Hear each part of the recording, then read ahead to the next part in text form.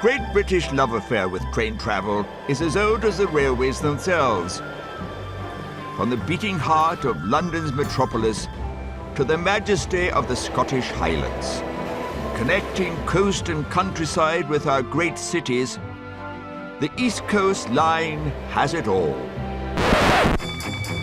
Disregard that, it's a glitch. But it's the people who give life to this railway. Come on, Frisco, I trust you. British public are the best form of entertainment on the planet. The East Coast Line carries 19 million passengers a year on 155 train journeys a day, along almost 1,000 miles of track. East Coast is the largest operator on the line. It runs trains, manages stations, and employs nearly 3,000 staff. That's all you do it all day. I'm not playing with you while you're showing off. The East Coast workforce toils tirelessly. Handy bags, please. From driving trains Look at this office window. Fantastic. to making breakfasts Took that much bacon over the years, surprised I haven't turned into a pig. to controlling the whole train set. Morning, that's absolutely excellent, Graham. Keeping everything on track behind the scenes and in public. I've been standing here for half an hour. These are the real heroes of the railway.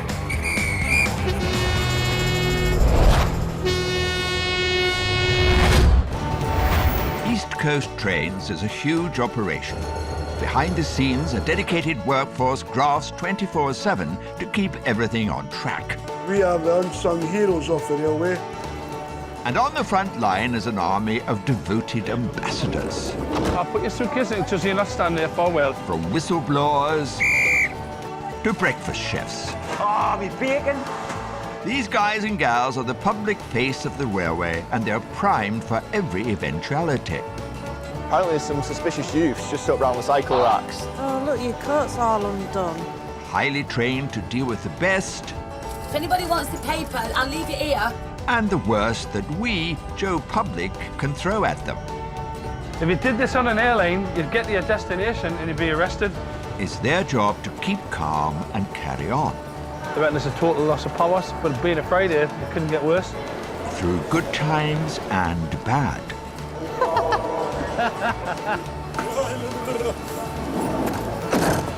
That's the last train I'll ever dispatch in my life.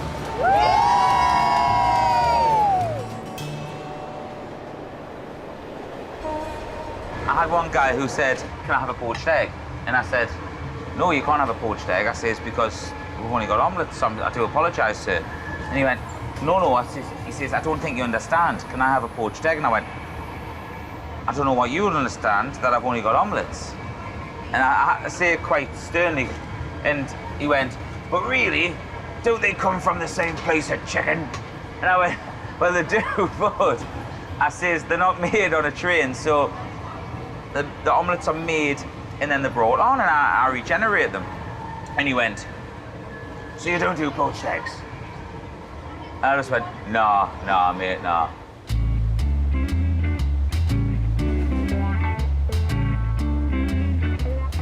All aboard the Full English Breakfast Club. Dishing up over 16,000 fry-ups a year are top chef Mark and customer service assistant Karen.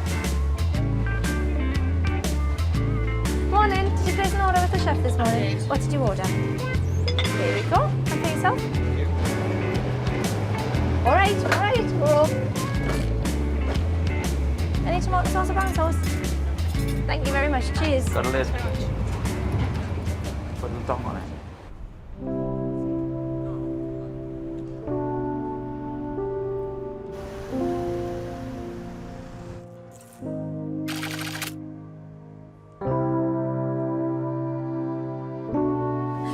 It's 4:20 in the morning.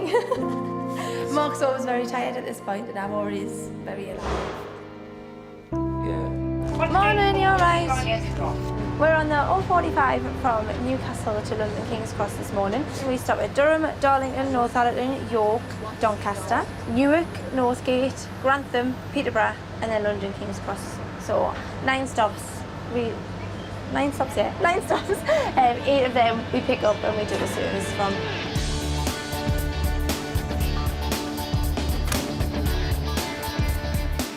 East Coast services start at 4:45 a.m., catering for sleep-starved commuters. 16 members of staff rose well before dawn to get this Newcastle to London train up and running. Coming alive now, coming alive. Despite the cosy cooking area, Mark still has 5 different breakfast dishes up his sleeve. Karen, I hate the bits on the rosti, so I just smooth the rosti down. Do you know what I mean? The conditions may be cramped, but Mark wouldn't want to chef anywhere else.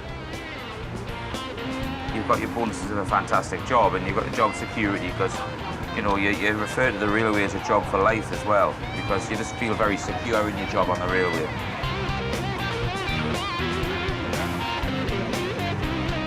Woo! Smoky! This is typical. This is my toast. This is Sue toast. Oh, it's lovely, as you can see. When the heat's on in the kitchen, it's often Karen who keeps an eye on quality control. Could never ever serve anybody that, could you?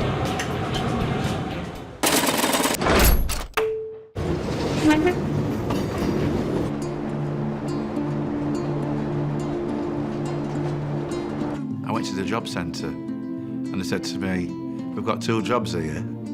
Either one be a butcher or one join the railway. And I thought, well, transport sounds interesting to me. None of my family or relatives have ever been on the railway. I'm the first person in the family to work on the railway, so I'll go for it.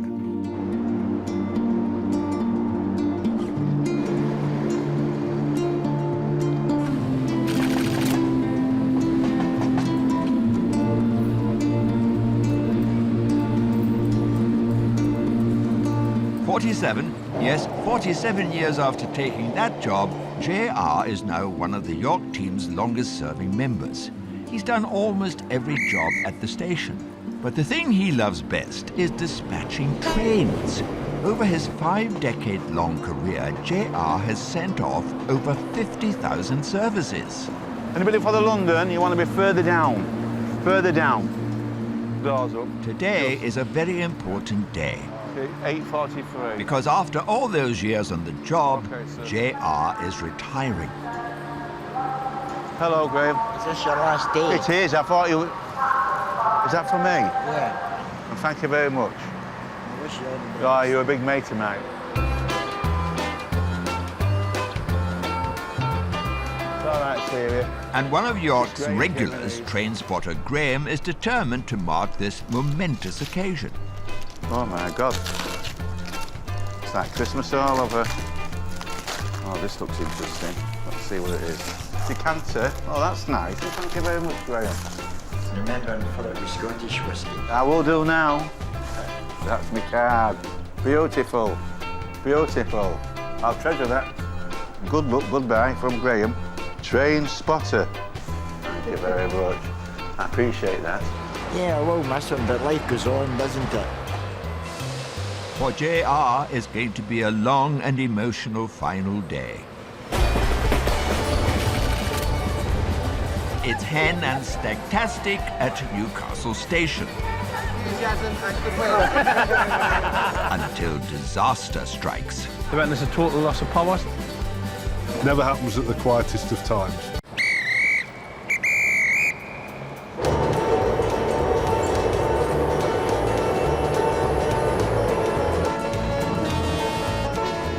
Spanning the length of Britain, the East Coast Line clocks up 19 million passenger journeys a year. Its staff have seen it all. I had a lady come into the station and I could see she was like holding her face like this. And her husband ran over and he went, excuse me. I went, what's the problem? Can I help you? He went, my wife's glass eyes popped out. He went, it's on the track.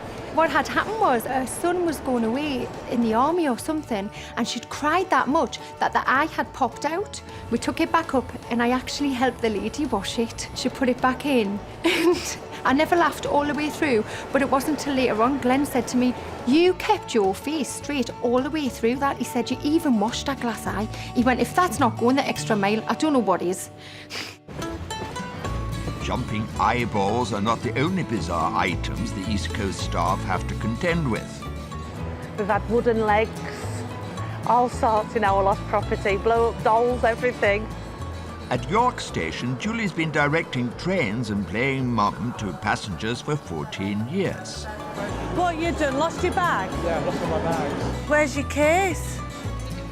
Are you just going for a day? Yeah, I'm off to the Shard Tower. Oh, look, your coat's all undone. All not right. Well, There you go. I did an emergency toilet from the top.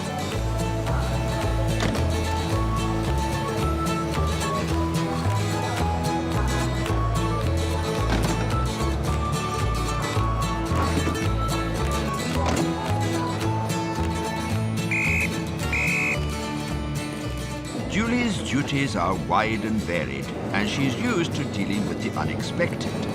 From leaving the children on the platform, people collapsing, injuries, everything. I just love it. Every day is different. You get disruption, and it's just lovely.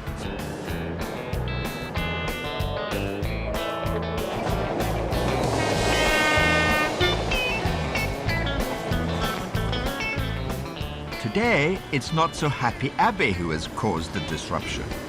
Just to let you know, I'm going to be a bit late because I've been an idiot and dropped my bags down the train line. All right, I'll see you when I can. Did it just slip out of your hand? Ah. I was an idiot and had my bag on my suitcase and lifted it up to get into the carriage and it just fell down. Nightmare. It may just be a little handbag, but any item on the track signals major disruption. Hello, it's Julie Garney. Stop the services coming through platform 3 while I'm on the track. Yes, please. Thank you, bye. Got my high visible vest on, I've got my boots on, trousers. I don't want to go down with a skirt on. Show all my legs.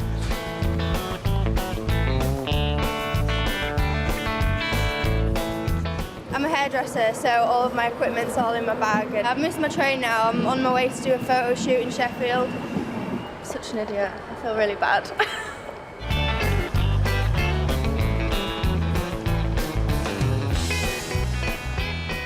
With an entire track out of service, Julie leaps into action. There you go. All right. You're welcome, Abby. That's all part of the service.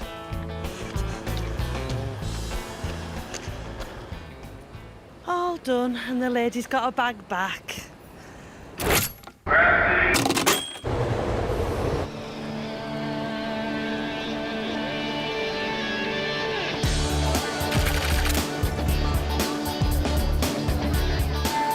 Newcastle, a mecca for stag and hen parties.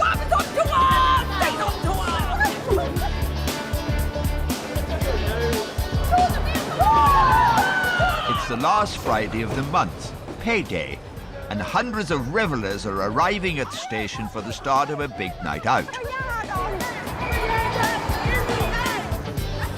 On the platform tonight is Daz, a man who's come across so many crazy costumes he could open a fancy dress shop.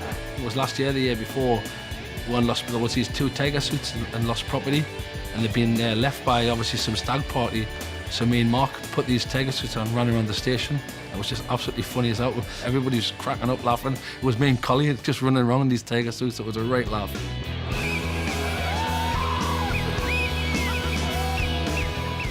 From early afternoon, there are hens aplenty flouncing on and off trains. You getting married, mate? And ever alert to the call to action, Banana Man,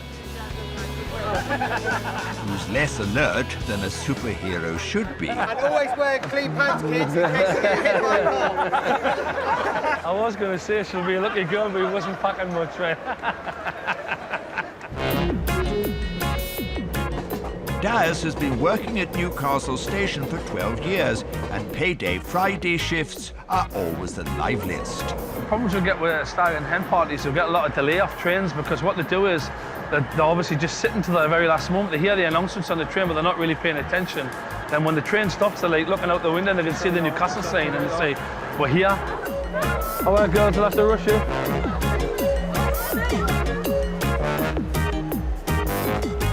had incidents where people have put the windows down and they've actually physically dived out onto the platform because obviously they've realised that it's their station. What is the train speed? What the hell are they doing in that? Daz has his hands full with a station full of party animals. But his shift is about to get a whole lot harder.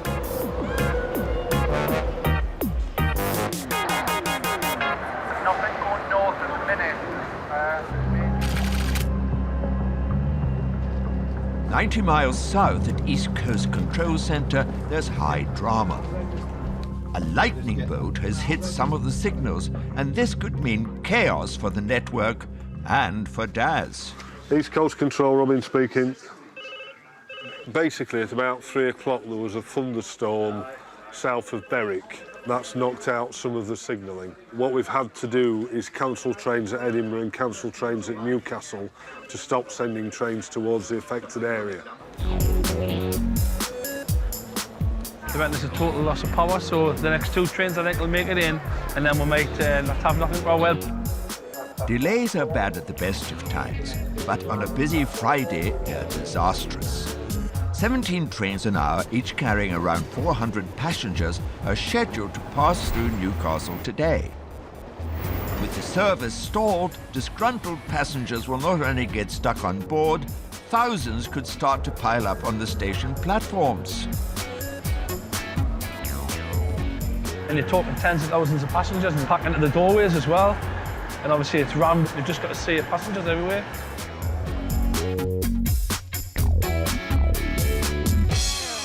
A lot of people going home for the weekend, etc., going away for the weekend. You know, sod's law, but that's the way it is. Never happens at the quietest of times. Looks like Daz's Payday Friday could become the shift from hell.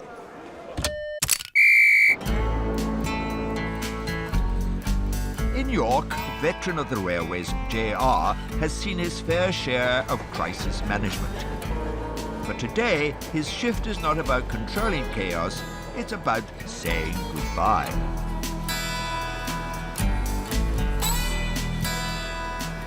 There's 3 teams on the art station. To me, it's like my family. So I meet them regular. If I want for a drink, I'll see them somewhere. Go around to see them at their house, have a drink with them. Oh yeah, they're all keep friendly. Yeah, always be there, always be my mates. All the best to you, darling. You take care. When I left my house this morning, I thought, it's weird. When I come back here at 2 o'clock or whatever, I finished. That's it. And this gentleman here is always giving me mints. He looks after me on the sweet department. See you later. There's one person who means more to him than all the rest. His teammate of 17 years and current boss, Paola.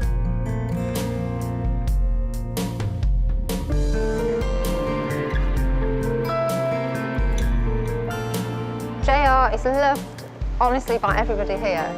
He's just always been the same. He comes into work positive, upbeat,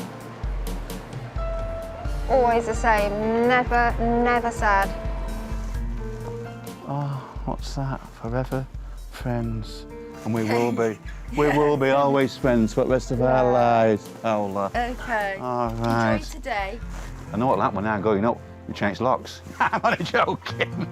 Yeah, so, hey, can't go in. Keep him out. They've changed hot locks. He's gone. Change them. That's it. We do actually change the codes on the door when people leave. But it's that's just what we do as part of process and security, but he'll never be shut out. As one of Paola's team takes his leave, another new recruit's life on the railway is just beginning. I was in my previous role as a fishmonger, and one of my customers was Paola, the station manager now, and like what she saw in me, thought I'd be good at the job. I got, you could say, poached. It's a massive change for me, but it's the best decision I've ever made, to be honest. Paola might have poached Liam away from the salmon, but he's got a lot to prove before he's ready to dispatch trains like JR. At the moment, his main task is station security. Every hour, I have to do a full lap of the station. So I'm looking for anything suspicious, any hidden packages, all of them platforms, the travel centre, the car parks, the bike racks. I've got to check all that within 1 hour, and I've got to do that every hour for my full shift. Railway rookie Liam has to be extra specially vigilant. Apparently there's some suspicious youths just up around the cycle racks. They passed a few minutes ago, drinking. I don't think they were probably old enough to drink, but the police are on their way anyway. I'm pretty sure they've cleared off, but I have to go down this platform anyway, so. And the police have just gone down by the bike racks as well, so just to check that those youths have definitely cleared off, which it appears they have. At random intervals also, the Department for Transport, they will come and they'll test us. They can and quite often do plant something. So last time it was a small black hole doll. They give us 2 hours really to find it. So they're the hide and seek experts really. Did you find it on that occasion? The last time, no, I didn't. So I really feel the pressure now to make sure next time they come that I've got to find it. So I think, yeah, if Liam's great at his job, Liam's going to find it. If Liam's on duty, we know we're safe. Yeah, no worries, Pav. I'm on platform 7, but I'll make my way over. Over. Liam's been called to check a security alert. I just had a message of some unattended luggage at the front of the station, so this is when I come in useful and earn my money, so I'll have to have a look at that. The unattended bag could represent a major security threat. Liam is straight on the case. Let's have a look. Yeah, as predicted, pretty much nothing. Nothing. No, I think we're all clear. Safe to fight another day.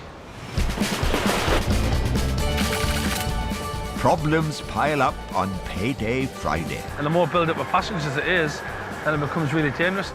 And while the hens make the best of a bad day, it could be game over for the Stags. The only person that caught the last train north was the Stag.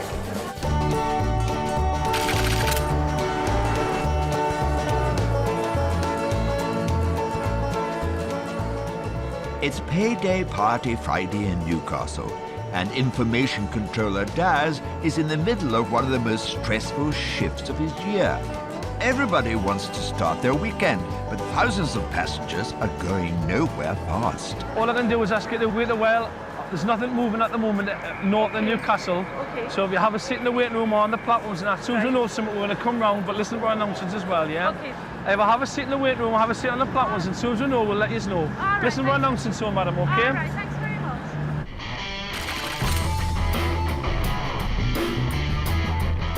90 miles south in the central control room is controlled chaos because of an unexpected lightning strike.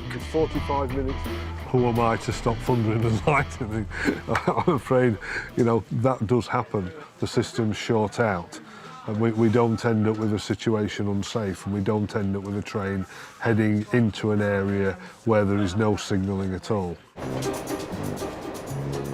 4 trains heading north from King's Cross and 3 trains heading south from Scotland have all been stopped in their tracks. There's a waiting room and that there if you want to keep warm and that up here. As soon as we know, we'll let you know. Cheers, thank you. The hardest thing is obviously the passengers all want to know what's going on. Until I don't know anything, I'll try to listen to that and keep the trains going at the same time as well as everybody talking, so it makes it quite hard. Over 3,000 passengers are stuck on trains, and the number waiting at Newcastle station is about to hit 1,000. It's up to Daz to keep calm and carry on. I do believe there's been buses ordered, but we'll obviously have to wait and see what happens in the next half an hour. It's a good night out. It's a good night out in Newcastle anyway. A very good night. A party city, yeah? Okay. Central Control has to take action before the situation gets worse. Just bear with me. Nicola, November 19's nearly in Newcastle, so that could form Echo 2-1. The decision is taken to terminate all northbound trains at Newcastle and send them back down south, keeping the service running between Newcastle and London at least. Right, this is the 1558 to London. You can get on now. Anybody travelling on the 1558? So for Daz, it's all changed as his northbound trains have just become southbound.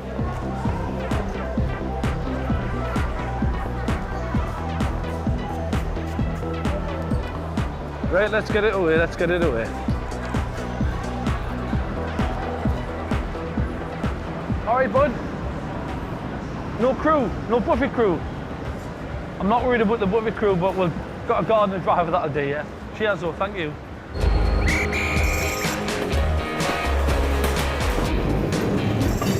With the southbound passengers out of his hair, Daz has still to deal with the northbound passengers stranded on the other platforms. Their trains are still not running, but although many are dressed up with nowhere to go, some have come prepared.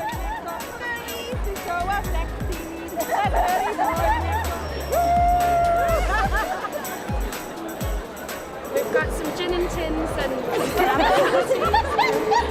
The train's delayed, but we're making the most of it. We're having a hen party on the station. We're having a platform party. My little sister's getting married, so every guy around is going to be crying their eyes out because this beautiful lady's taken. Well done, Nikki. Cheers, ladies. If only the lads were as well organised. We're here on a stag do. 22 people. The only person that caught the last train north was the stag, who's now at Edinburgh Station on his own in a kilt, dressed like Mel Gibson. He looks a state and he's on his own. We're all a bit sad for him. The one rule is that no one leaves the stag alone, and 21 other people left the stag alone. We have completely dropped the ball. We don't know what to do now. We don't know how to get to Edinburgh. We're completely lost. You got me. Rebecca here doesn't know what to do. Rebecca. We're We met lost. Rebecca.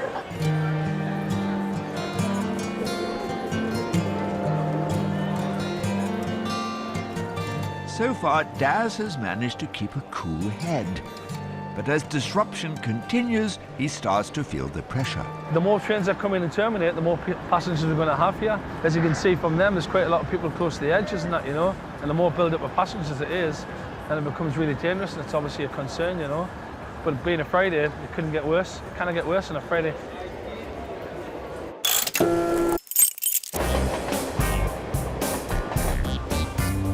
"270 miles away, down south at King's Cross, self-confessed trolley dolly Jack is preparing for showtime.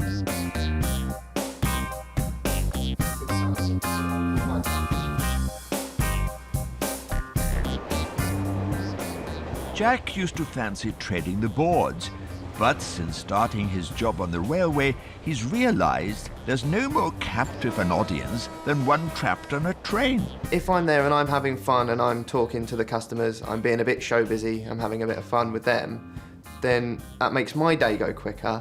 If they're then enjoying their journey because I'm being a bit silly, then that makes their journey go a bit quicker. Everyone has a nicer day. Good evening, ladies and gentlemen. My name is Jack Allen, catering crew leader for your journey. I did performing arts when I was in college as an A-level, so I mean, maybe it probably stems from that. For those passengers in standard class who do wish to remain seated, the trolley service is making its way through the train. Yeah, that's my stage. Any teas, coffee, cold drink?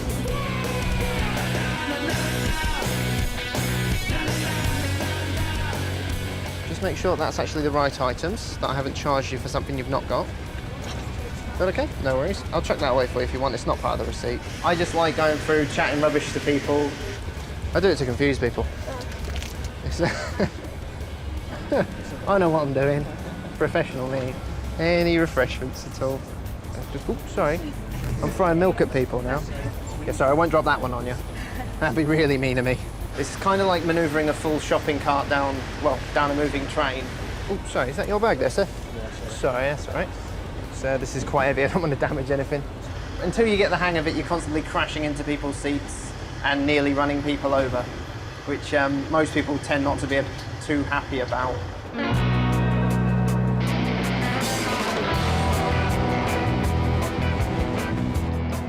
And while mastering his trolley act, Jack's bumped into all sorts. We actually had Prince Philip travelling with sort of 6 or 7 of his security detail who were mildly terrifying.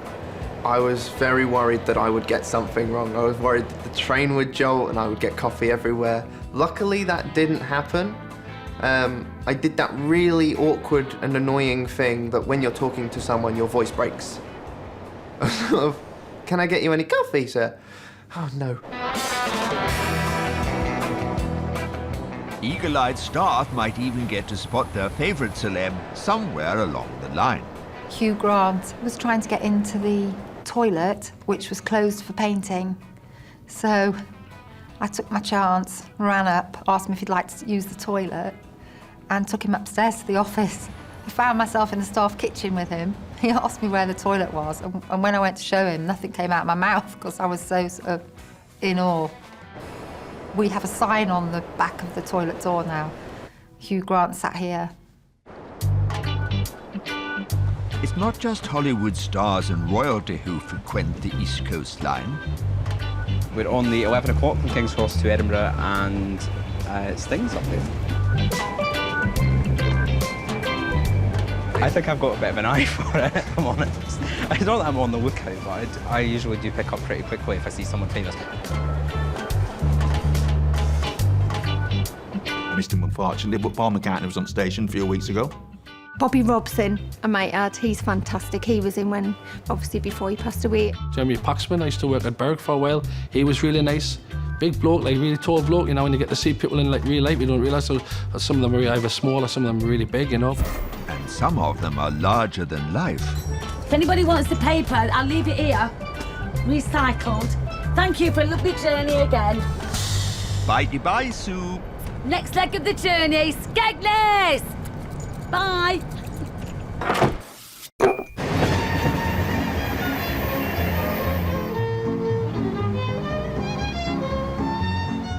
Keeping cool with famous faces is one thing. But one VIP who gets everybody hot under the collar is a customer so important they have to go completely incognito. She, who shall not be named or even seen, is what's known as a mystery shopper. Mysterious by name and blurry by nature. Can I just say something to you? I have no idea. Today is Bianca, Jack and Beth's turn to be spied on, but they don't even know it. I'm definitely a people person. As you can probably tell, I can't stop talking. So it's the perfect job for me. I just enjoy it because every day is different. You never meet the same sort of people. Bianca and I get on well. She talks an awful lot, but then that's Bianca. They think they could spot an undercover agent a mile off. Some of them can be sort of obvious. They'll be writing things down. They'll be sitting in certain carriages. They'll ask for speciality teas. Yeah. I wouldn't say go the extra mile, but they'll ask you to sort of, can I have a bottle of water? And you say, yeah, no problem, I'll bring that down for you. And as long as you bring it back, they note things like that. But today, Bianca and Beth's Secret Service radar is way off course. Yeah, can I have got the apple juice? Unfortunately, I've only got orange this morning. Orange, okay? Any biscuits for you? No, thank you. There you go. Thank you very much.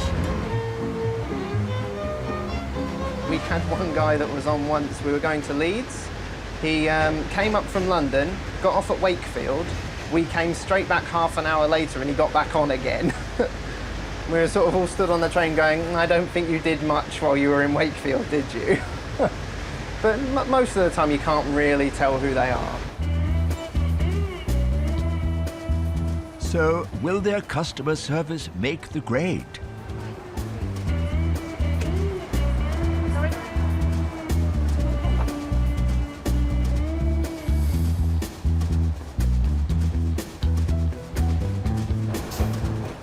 Did Bianca and Beth's onboard performance impress the mystery shopper? They seemed like a really nice team. They worked well together. They worked hard. No, they were good. They were really good. And they were cheerful with it. And they obviously wanted you to enjoy it.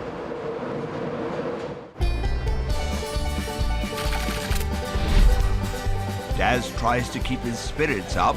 I stink of booze. Somebody will probably complain that I've been drinking. And JR faces the final curtain. That's the last train I'll ever dispatch in my life. Right. Yeah. Oh.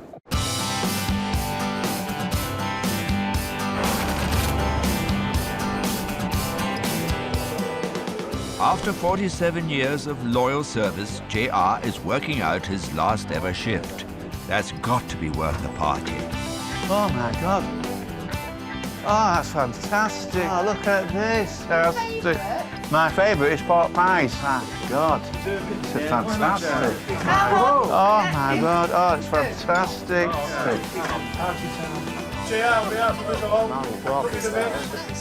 Thank you very much.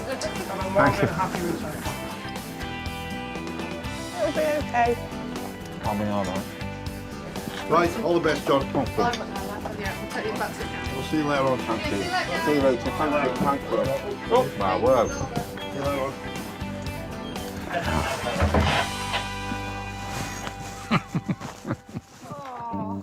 But JR's final day is far from over. Yeah. He's still got his last ever train to dispatch. All right. I'm feeling all right, but it's a shame it's going to be my last service to dispatch. Once this goes out of the platform, my last train for the rest of my life, so it's going to be emotional for me. Very upset about it, really.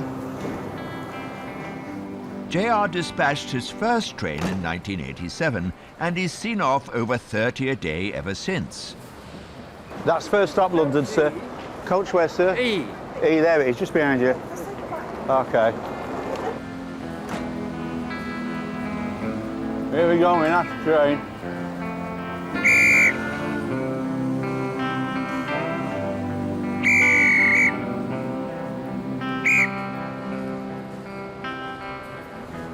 Just watch it out, make sure it's OK.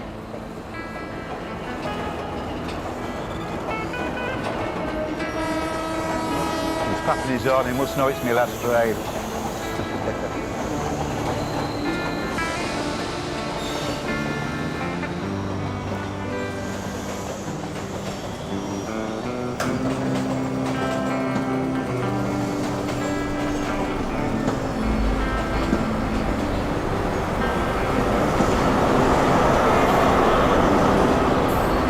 There she goes.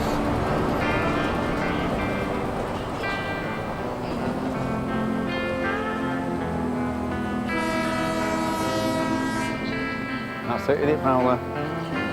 That's the last train I'll ever dispatch in my life. You're right. Yeah. Oh. Oh, dear Faith. A bit sad about that. Anyway, I'll be all right. Oh. JR's 47 years of service to the line and to Joe Public is complete. But back at Newcastle, Daz's job is far from over. It's payday and a hen and stag do Friday, and after 2 hours of delays in both directions, the first train from Edinburgh finally arrives.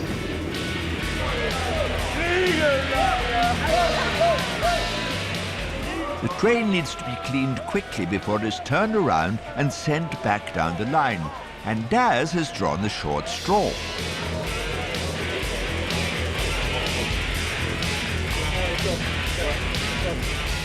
Basically what's happened here is at the last stag party, like some stag parties do, decide to treat with trains like they're a tip.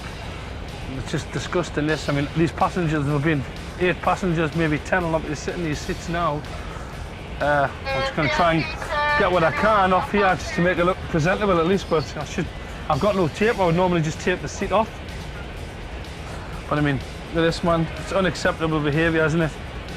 If you did this on an airline, you'd get to your destination and you'd be arrested. Simple as that, because that's what they do on the airlines, but we have to put up with it. I stink of booze. Somebody will probably complain that I've been drinking. You know what we can do? We'll just have to get it away.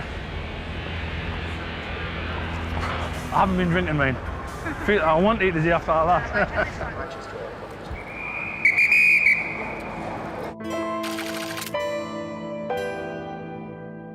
And at long last, there's good news from the control centre about the north running trains. Sierra 20, the 1400 King's Cross Aberdeen's just arrived in platform 2, so that should clear as many northbound passengers as possible. Trains will be running normally between Newcastle and Berwick in a few minutes.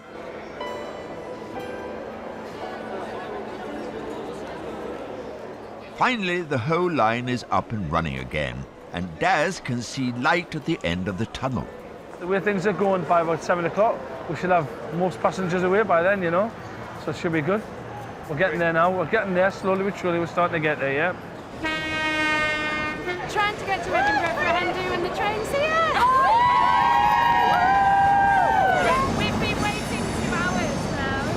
2 hours. 2 hours. The train's here.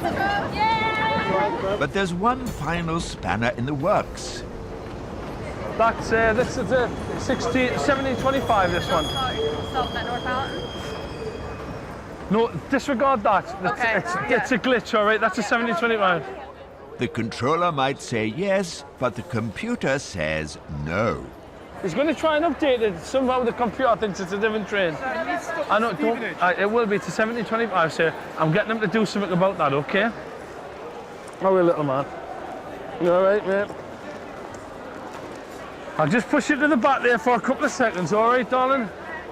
Let me off, because I haven't got a ticket. Believe it or not, and we'll have me for it, yeah? It is, sir, yes, yes. 1725.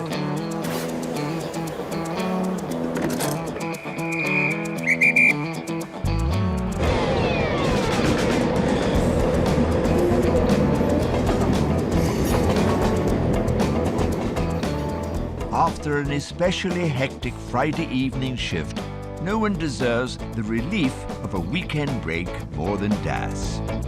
We've got everything back to normal. We're really happy everybody's buzzing again. We're about to see the rest of the night out now. And I'll be off for a drink myself tonight. I'll take my good lady for something to eat and that, yeah? It's payday, you know? You've got to eat on payday. With happy passengers finally on the move from Newcastle, back in York, there's one last surprise for one of the station's longest-serving staff members.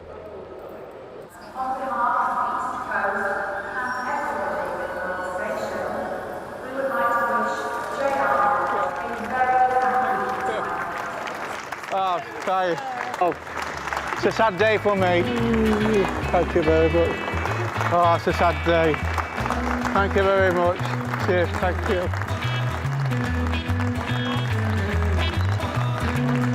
Oh, I'm upset now. I am happy though. Thank you all very much. Thank you. Oh, thank you. Thank you very much. Thank you. Cheers. Thank you all. Thank you. Great. Thank you very much. Thank you. Cheers. I won't forget this as long as I live. Thank you very much. Thank you, Paola. Okay. Oh, that's great. Come on then. Great. Thank you. JR has absolutely loved it. He didn't expect any of the little surprises that we gave him. We've given him a nice send-off and we'll see him. We'll look after him. See you later. Bye-bye.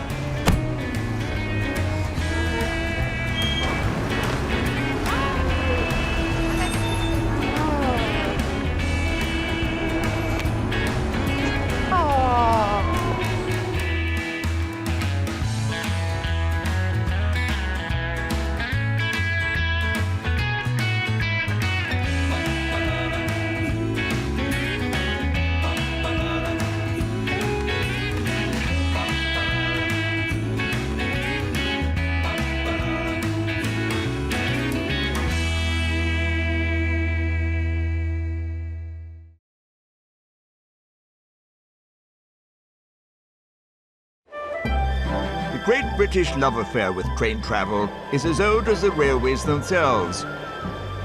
From the beating heart of London's metropolis to the majesty of the Scottish Highlands, connecting coast and countryside with our great cities, the East Coast Line has it all.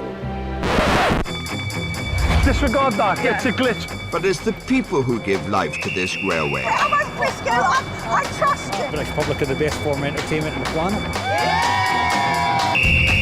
The East Coast Line carries 19 million passengers a year on 155 train journeys a day, along almost 1,000 miles of track. East Coast is the largest operator on the line. It runs trains, manages stations, and employs nearly 3,000 staff. That's all you do all day. I'm not playing with you while you're showing off. The East Coast workforce toils tirelessly. Handy backs, please. From driving trains Look at this office window. Fantastic. to making breakfasts I've cooked that much bacon over the years. Surprised I haven't turned into a pig. to controlling the whole train set. Morning. That's absolutely excellent, Graham. Keeping everything on track behind the scenes and in public. I've been standing here for half an hour. These are the real heroes of the railway.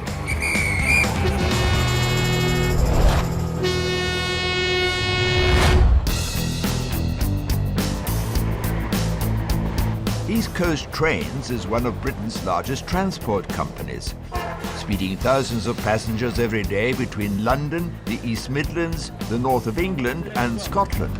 Oh, me bacon! Despite employing close to 3,000 people, its workforce often resembles a huge extended family. Isn't that lovely? They teach each other, It's in Liam's hands now. The train's only 90 seconds away. they test each other, Someone comes to you and says, there's someone banging on that toilet door. They're locked in, they can't get out. How are you going to get them out? occasionally they quarrel, Staff messed up the fish cakes. The staff didn't mess up. The chef took the wrong orders. Hi, Cheryl. Oh, Becky. but they're always there for each other. 3 years ago, I was a cancer patient.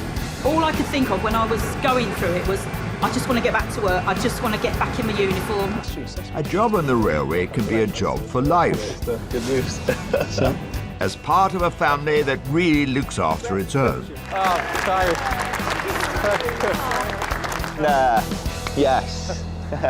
Good work. Really good work. Once you work for the railway, you kind of get a little bit sucked in. You make all of your friends there. A lot of people end up meeting their life partners there and end up getting married. They have children, and even their children come to work on the railway. It's totally a railway family. Like, it's an amazing experience, and for somebody to be a part of that or come into that, it's just exceptional.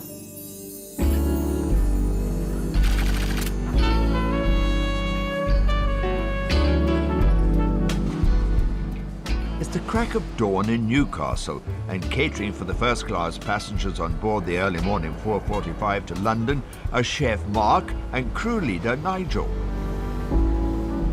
This dynamic duo are as close as any married couple. Is that a flying bit of toast there, was it? So it popped out the toaster. Oh, toaster up there now. High velocity. The toaster's up there nowadays, is it? Right, let's get this porridge. The service is nicknamed the Porridge Express because as the train gets closer to London, the orders for porridge start coming in thick and fast. Oh, you've got time to drink tea, have you? Yeah, we're gone. Yes, I've got time to drink tea. I'm paid for what I know, you see. I do enjoy working with Mark, yeah. He's a good laugh. The work gets done. We look after each other, really. Do you want me to take the orders? If you want to. It's up to you, I can give you a hand. Is your pen then, Nige?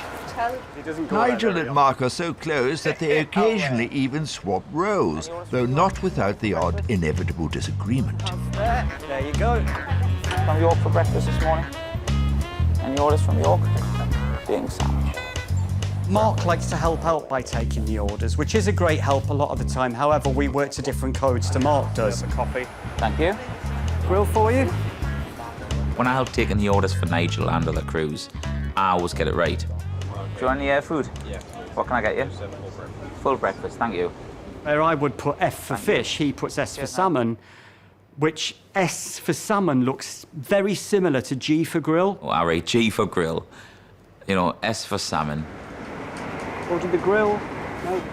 I'm giving people salmon that order grills because he's put S's instead of F's, and so somebody's ordered a breakfast but have moved and nobody's claiming it, so I'll just wander about and sort of shout, grill. And they'll always go, oh, Mark, we don't need this breakfast, so I'll put it on the bench, and then I'll come back in 20 minutes and say, oh, we found him. You found him, where was he? They can't have gone anywhere. You know, they can't get off the train, we're doing 125 miles an hour. You know, they didn't pop upstairs. Anyone ordered the grill? No. Ordered the grill? No.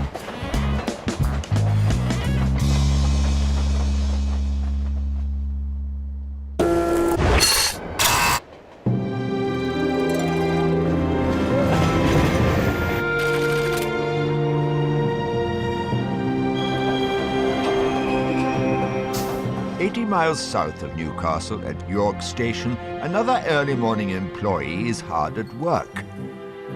On security today, Liam is one of East Coast's newest and happiest recruits. Yeah, it's great working at York Station. People at York are great as well, sort of the happy, friendly people, so you don't get too much trouble here. Sort of Friday and Saturday night, you get the odd drinker through, mainly from Doncaster. Liam's still a railway rookie, but after serving his time as a security guard for 8 months, he's had some good news. Thursday, I had a job interview to become a station customer support assistant, which is a step up from what I do now, so in theory it is a promotion. Got a call on Tuesday morning off my manager to say that I was successful and I got the job. I mean, it's a 6-month temporary contract, but I've got 6 months to work hard and make myself indispensable to the team, and then they'll have no choice but to keep me on, hopefully.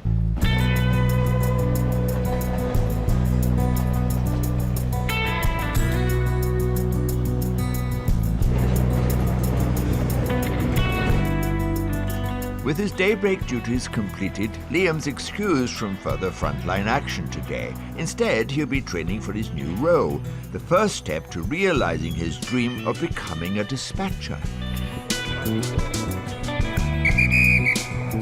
Dispatchers direct the movements of trains coming in and out of the station. They're responsible for keeping trains on time and passengers safe. Liam's initial training will last a week, taking him off chilly platform duty and into a heated classroom. It'll be great to have a week off from security, yeah, I can rest my little legs up for a week. Nice warm classroom as well, so it won't be freezing like it is outside. So yeah, it should be a bit of a bonus. But while Liam may be looking forward to putting his feet up, team leader Rachel has other ideas.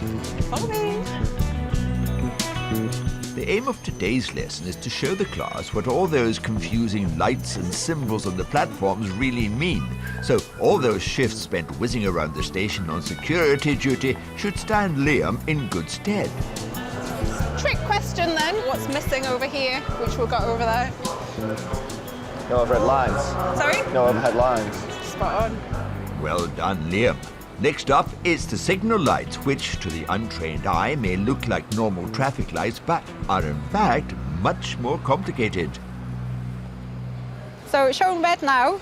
So red means stop, danger, yep. Not as simple as traffic lights in a road, no. I mean, it's not too dissimilar. There are similarities there, but it's certainly not exactly the same. Definitely not. So you would have green, say green first, then you would have yellow, and then red. Yep, okay.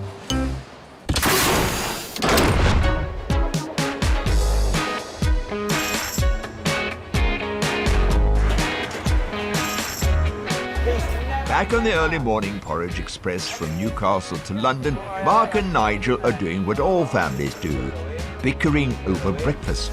So, the staff messed up the fish cakes. The staff didn't mess up, the chef took the wrong orders. Can I just show you these 2 grills that the chef took the order for, that we didn't find anyone that had ordered them? Because they're still up there. Really? Christy, however, they've been trying to pin it on the chef now. Especially the best chef on the railway. I kind of shut this door. I wouldn't have pressure under the camera. Can you not shut that door, Larry? Shut that door! He likes it when I ruffle them. How I get back. You've got to come to work and enjoy it. And if you're not doing a job you enjoy, at least have the people there who you enjoy working with.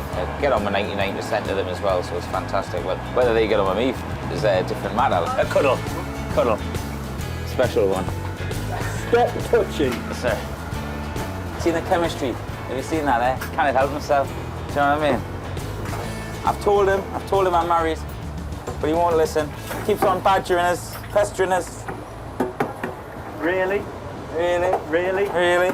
Mark loves the breakfast shift, not just for the banter with Nigel, but because it means he finishes early and can be at home, where his family needs him even more than East Coast's early morning commuters. Who's been naughty? No, you've been naughty, I bet. Look, sit properly, legs down. 3 years ago, his wife Sam suffered a stroke, forcing Mark to take on the role of carer, both for Sam and their 3-year-old daughter Jessica. Does Daddy take it? Why am I cutting your mummy's chicken? Stroke. A stroke. Since my wife had a stroke, it's totally changed me, as in the outlook at life. Now I come to work, I have a good laugh. I try to not forget about my home life, but take that out of the equation for a while and just enjoy my work. And then knowing that at the end of the work, I go back and go back into it, you know. He's never, ever dried my dishes, ever. And now, oh, you'd like us to dry up for you, Mark, would you, sweetheart? There you go, Mark, I'm drying your dishes. Just put it down and go and do something else. Okay, ta-ra.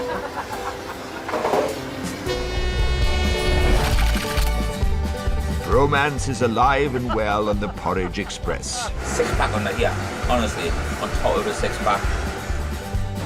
And it's crunch time for Liam as dispatch training gets serious. There is no grey area. You absolutely have to be on the money.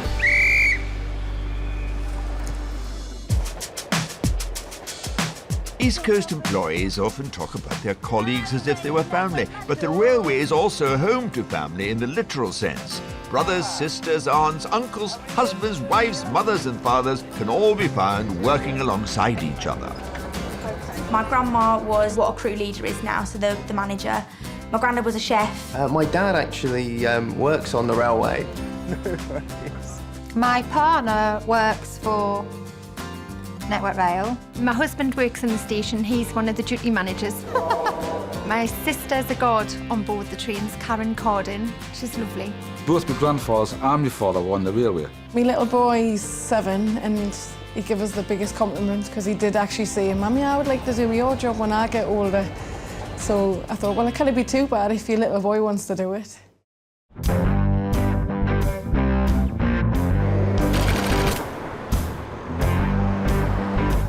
At York, one of the East Coast family's youngest members, railway rookie Liam, has been working as a station security guard for 8 months, but he's been recently promoted and is now training for his dream job, train dispatcher.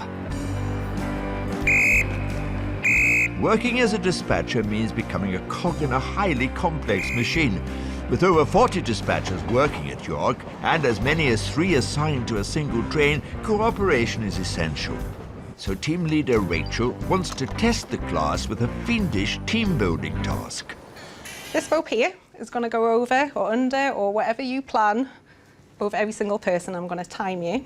So 5 minutes to decide how you're going to do it. Then I want to see everybody, whatever way you want to do it. Ooh. That's one way. There are numerous ways to do it. I'll not show you them all because that would be cheating. The class set about their task of getting 11 people to pass through a single elastic band. Something like that. It may look fun, but teamwork is a serious business, and exercises like this are key to building cooperation and confidence. Don't want anybody pregnant at the end of this course, man. Despite being the baby of the class, Liam's more than happy to take the lead. Should we not like line up in 2 so then we can just like fly through and go away? Yeah, the course is going great so far. So it is quite tough, yeah, but hopefully if I get stuck in, I reckon get my head around it all before the end of the week. If you had any doubts that a giant elastic band could be an effective tool for team building, prepare to be amazed. Ready, steady, go!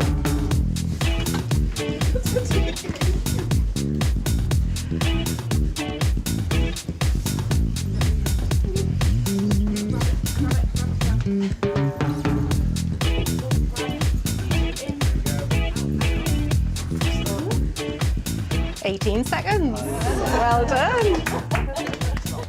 The class may have passed the elastic exam with flying colours, but the real test will come later in the week when dispatch training moves out of the classroom and onto the platform. Yeah, I'm looking forward to the rest of the week. I've come absolutely nowhere near dispatching a train, but that's one step closer, I guess.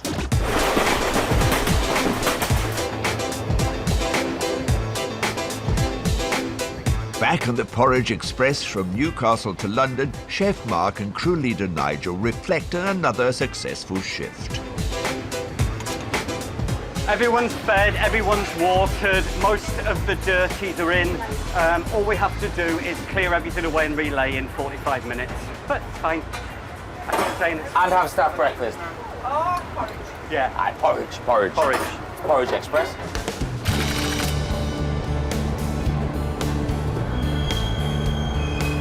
Arriving in King's Cross, a train full of commuters head off to start their working day, while on board, the staff look forward to returning home.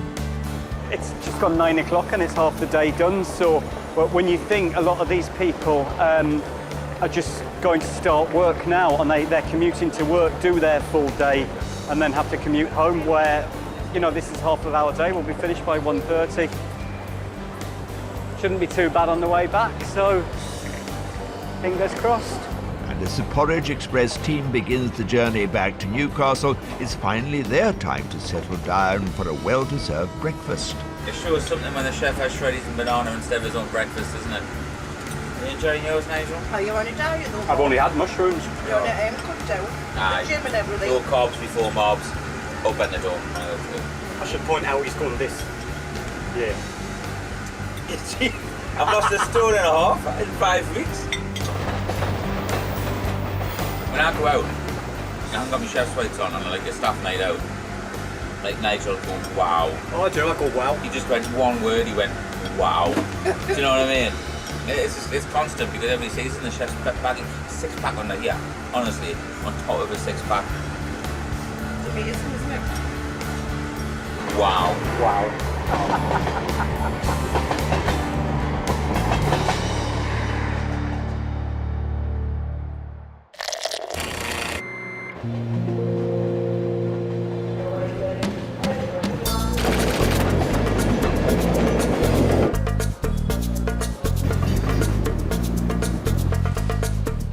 At York Station, former security guard Liam is moving up the railway career ladder.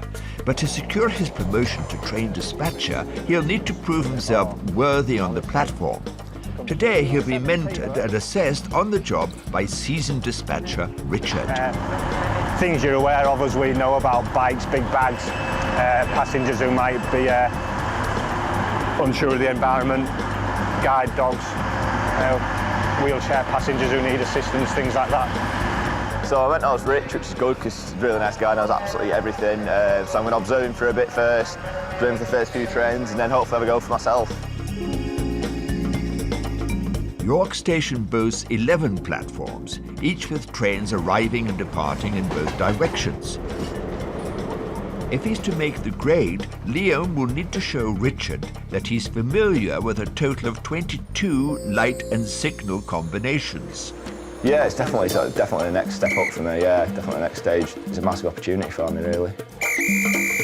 With an average of 40 trains dispatched on a typical shift, Liam could be responsible for as many as 200 trains a week, which means his life from now on will be a series of stops and starts and stops. In day-to-day dispatch, this is the way it happens. You'll have passengers to assist and the train to dispatch safely.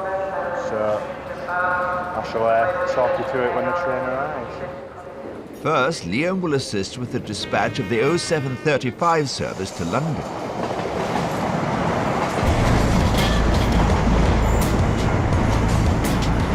There's nothing untoward as it's coming past, nobody hanging out the windows, nothing hanging off the train.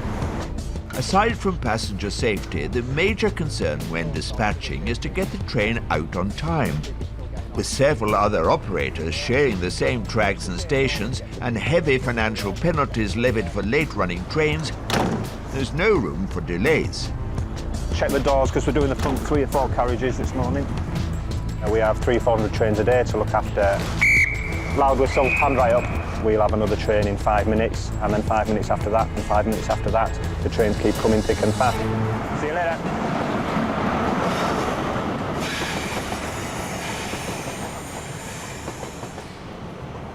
And that is the train dispatched safely. Beautiful. All good. Well played. Yeah, 20 more to do. It'll be on time. It seems that Liam's performance has impressed his mentor. Next, he'll need to go it alone. It's very intense, actually. The welfare and the well-being of the passengers and the timetable mean that it's a pressure cooker. You're absolutely in the zone when the trains are here. There is no grey area. You absolutely have to be on the money.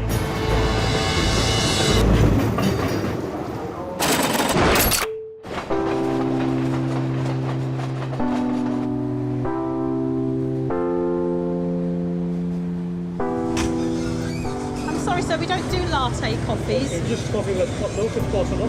We don't do that either, sir. It's Italian. Queen of the onboard shop, Michelle, has been part of the East Coast family for over 30 years. Today, she's on the London to Edinburgh service, proudly presiding over her well-stocked buffet carriage. We've got the whiskey, the gin, the vodka, and the mixers. And also we've got magazines here now. That's a recent thing. We didn't have magazines until quite recently. So and then we've got all the crisps, the quavers. Oh, look, upside down, look. And we do the different flavours of crisps. In these fridges, we've got all the cold sandwiches and the hot sandwiches that we put in the oven to cook as well. So we've got quite a selection of stuff, so they're not going to go hungry, are they? They're not going to starve on board, so... There's nothing Michelle enjoys more than serving the train-travelling public. What's in an all-day breakfast sandwich? The all-day breakfast is like bacon, sausage, egg, tomato, all in a panini, and we cook it for you, so it's a hot sandwich. I'll have one of them. Natural. That's good. I do like people. I think if you don't like people, then it's no good being here, because then you're not going to enjoy your day, you're not going to interact with anybody. Where are you travelling with us today, sir? Edinburgh. Edinburgh. Oh, is there football on? Yeah, football Glasgow. Oh, I'm not into football. Some people just want to get out of their seat and have a wander and look at the scenery and, you know, have a bit of a, you know, rock and roll. The train's going on a bit of a lean at the moment. Have to get your legs sort of like that and sort of even your weight. Michelle's job means the world to her, partly because she feels lucky to even be here. 3 years ago, I was a cancer patient. I've been through chemo and had operations, and I was sat in my hospital bed, cancer. And look at me now. See, I'm in remission now, so every day's a bonus. Oh, Bethany. Hello, darling. Oh, nice to see you. I know. I miss you, Beth. I do. Well, you deserted this train, didn't you? I know, I left you. I'm sorry. I'm sorry. All I could think of when I was going through it was, I just want to get back to work. I just want to get back in my uniform. And, it's just such a big thing for me. It just makes me upset. But without me having this job, I don't think I would have recovered so well, and the support that I've had here, you know, because on the railway, we call it a family. It's not just a job, it's a lot more than that, you know, it's a lot more than that.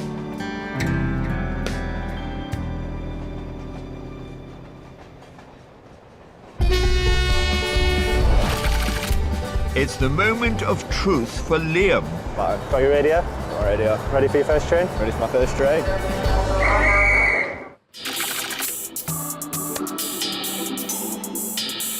It's a new day in York, and on the station platform, recently promoted East Coast employee Liam prepares to dispatch his first ever train.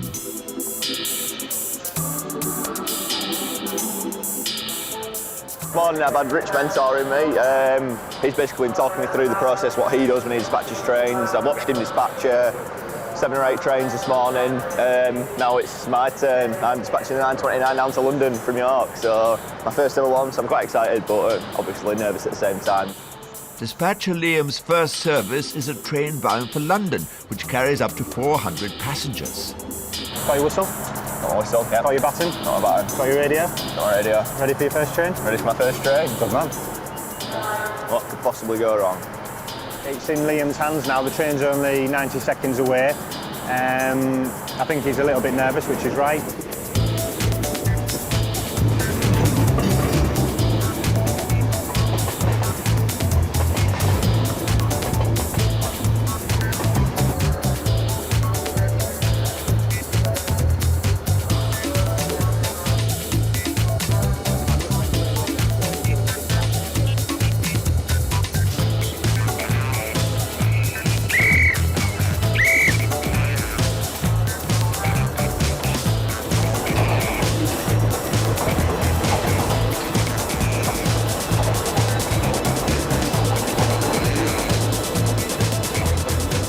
Well done, Liam. Now that's how you dispatch a train.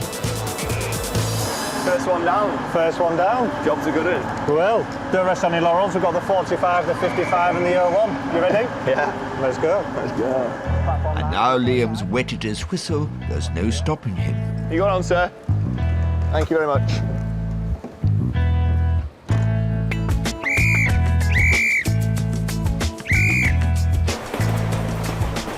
Got a stone in my shoe.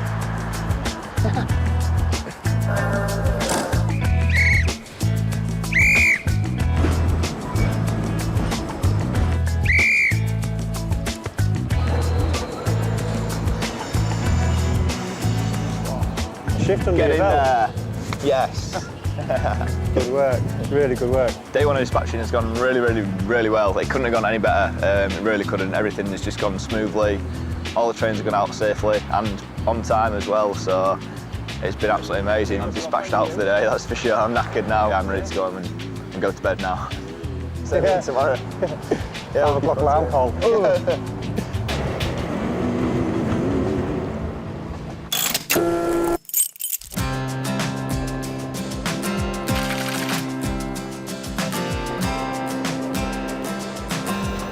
30 miles south in Leeds, another rookie hoping to make a lifelong career on the railways is 24-year-old Dan. He's in the final stages of training to be a guard on the line. Has dropped down. Tell me we're on his way. Today is the final part of his on-the-job assessment, and mentor Andy, a guards manager, kicks off by asking Dan to stick his head out of the window of a moving train. And you need to have your head out, and you need to be looking, because there's that additional risk of anybody trying to jump in or out of a window, someone pulling on a door, and you need to be looking for station staff to give you that emergency stop hand signal. If they did give you that emergency stop hand signal, what would you do? I'd stop the train myself. Just stop the train. I'd give one on the bell buzzer, which is in here. Give one on the...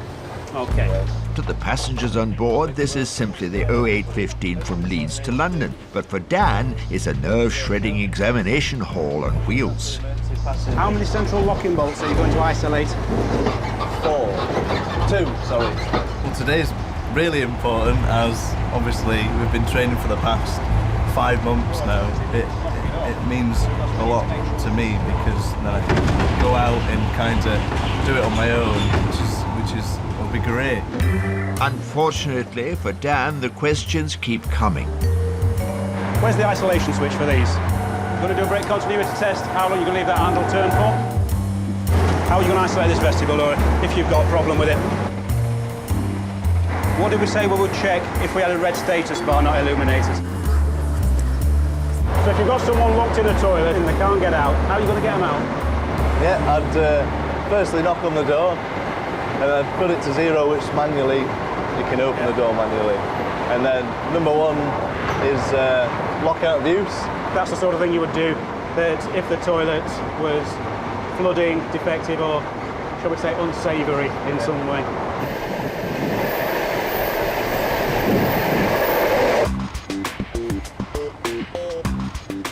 With toilet training complete, Dan faces one final ordeal, a good old-fashioned written exam. So, away you go. Any problems, give us a shout. Yeah, will do. Once you're finished, sign at the bottom of the page, and I'll have a read through it. Yeah, great stuff. Yeah. Dan is desperate to succeed. A pass, and he'll be given his own train. Fail, and he's straight back to platform duty at Leeds until another vacancy opens up. No, but everybody that I've spoke to, even people that have been doing it for 40 years, even to this day, they get nervous about it because obviously it's a big thing.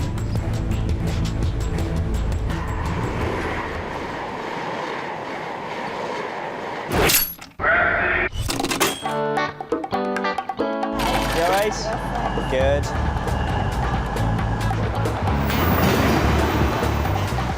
Dan's not the only London-bound traveller facing a nerve-jangling inspection today.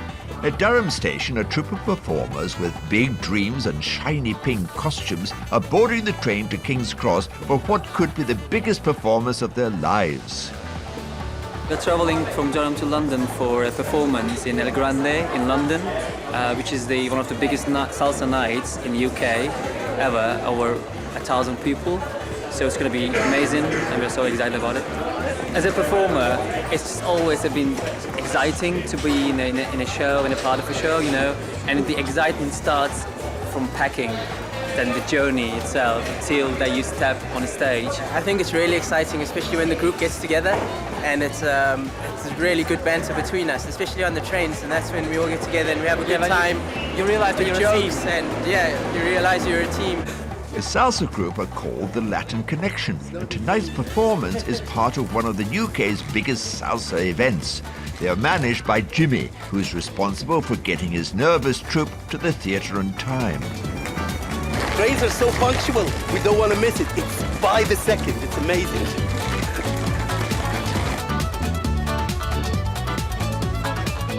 All tickets, please. Travelling by train is a great opportunity for the group to have a good catch-up, and the hot topic is costumes. There is not much to it. I tell you, my dad loves it. We did have a few issues with boobs.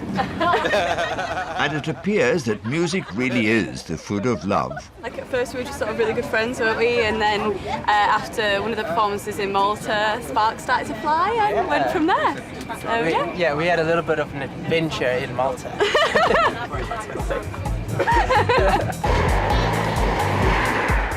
As the group approaches London, expectations are high for this evening's performance. Overall, I'm well rehearsed, I think, and I'm quite confident.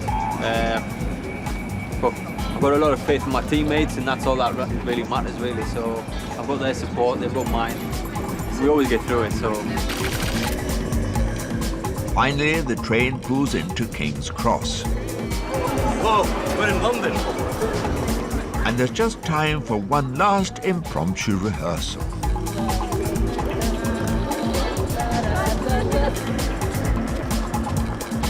Yeah, that's it.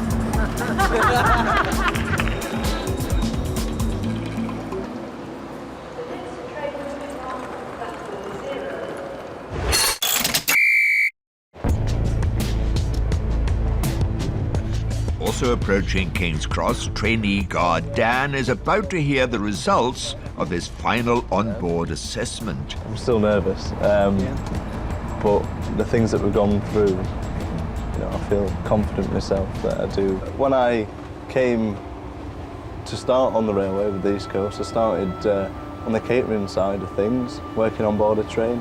Then I wanted to get involved in the operational side. I went over to York, started from the bottom pretty much on the operational side of things, and then the guard to the next level up. I just want to progress my career and go forward pretty much. So my decision is that you have passed your assessment today, so well done and congratulations. Thanks so much, great stuff, good news. So what happens now is that I write candidate report. Really ecstatic, there's been so much to take in over the 5 months, and to hear Andy say, you're a train guard now and not a trainee train guard is brilliant news. No doubt my mum will be really chuffed for me as well. She'll probably be dancing about the room, doing cartwheels and a few backflips.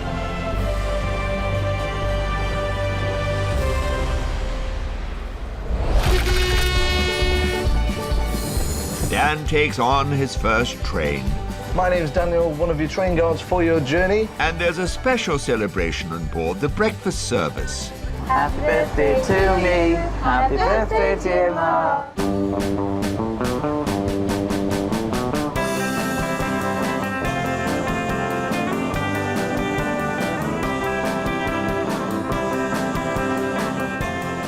It's early morning and Master Chef Mark is working the East Coast service from Newcastle to Edinburgh.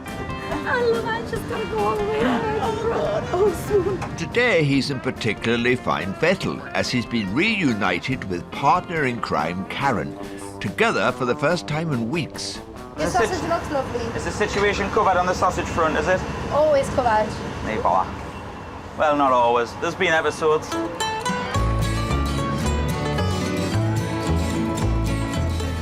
Hello there. Where are you travelling to today? Can I get you some breakfast? A busy commuter service means a train full of hungry passengers, and hungry can often mean demanding. On your next lot, 1 no bacon. As if I've got time for this. 1 no bacon, 1 no sausage. Any good crew member would just say it. just leave it on the plate, sir. Well, I'm very sorry. I I'm hope not that a good sausage crew doesn't member. offend you too much. Can you just leave it Oh, at show one your side? face, McLean. Honestly. Cheers, Karen.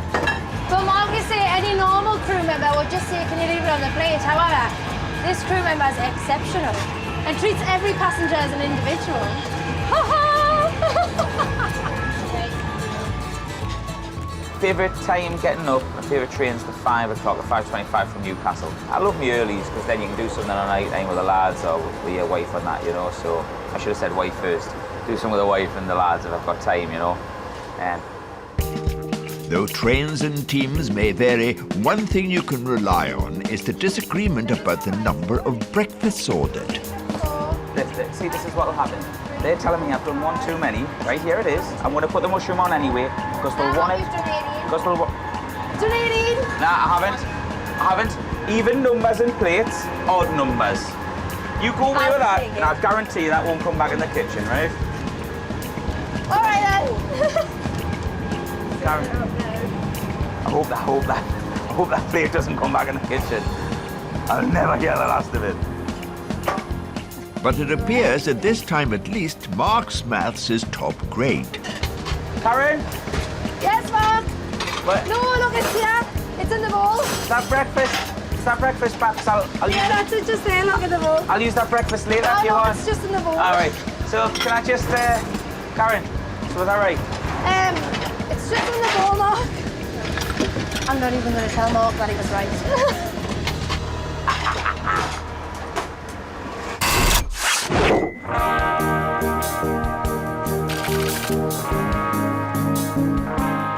At Leeds Station, newly qualified Dan is ready to take responsibility for his first train. It may be his first day as a fully fledged guard, but you'd never know it. This guy's a natural. My name's Daniel, one of your train guards for your journey. Still tickets and rail cards there, please. Great stuff. Cheers, thank you. Myself or any other member of the onboard team can be of any assistance throughout your journey. Please don't hesitate to ask. Thank you. It is a nerve-wracking experience your first time.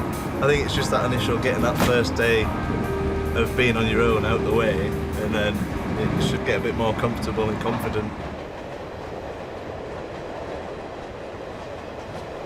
Dan has taken to his new role like a duck to water, but there's no way he's going to let his debut pass unannounced. Hi there. I'm a newbie. This is my first day of being passed out, you see. This is like my first day on my own. Strictly speaking, thanks very much. Cheers. Oh. Keep it that way. He even proves a natural when it comes to handling rowdy passengers. Hey guys, I don't mean to spoil your fun, but you are really, really, really loud. They can hear you in Coach B. I treat everybody the same, but obviously every individual is different, so it just depends on that individual. So, is it your birthday? How old? It was my birthday on Tuesday. I'm 25. Yeah. She's double your age. Yeah. I might be a soft touch. I don't know.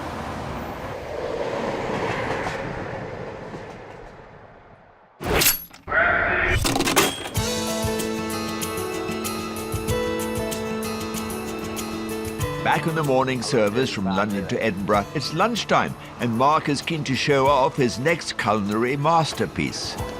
Now I'm going to freshly prepare my lasagna. This morning, when I knocked them omelettes up in the morning, I would knock some lasagna up as well. And I individually make them, do you know, like your nana does at home. And you knock up a batch of lasagna and you freeze it. That's what I do. I knock it up with that. I bring it to work with us, you know. Knocking out lasagnas is only one of Mark's many talents. Who's the best singer? Mark? Best singer? Aye. Karen's a singer, you know. Karen, you've got a beautiful voice. Honestly, do you know when you sing? I just melt. Does your heart melt? Honestly, it does. Oh, she sings all this crazy rub. Nobody knows these songs that she sings, right? But they're really good, don't you? Like, she changed her wedding song 4 times. Every one that you picked, I've never heard before, right? It's the lyrics, Mark. It's the lyrics. Karen. No, that's the one that you do. That it was the journey. Oh, honestly, I couldn't bear it. Oh, it's While Mark washes up in the kitchen, Karen sneaks off to prepare a special surprise for her favourite chef. It was Mark's birthday last week and he wasn't with us because we only see him every 4 weeks. So because this is the first day that we've seen him for 4 weeks, I've decided to bring a little cake and a little candle, but I can't light the candle because we're on a moving train. So we're going to go and sing happy birthday to Mark and give him a little cake. Despite the carefully planned festivities, the age of the birthday boy remains a complete mystery. I'm just going to guess that he's 32, and that's only because he's married and he's got a child, and his child's 3, so I'm just guessing that. I'm going to ask him. Mark, how old are you? 25. No, how Didn't be that. 33 and never been kissed.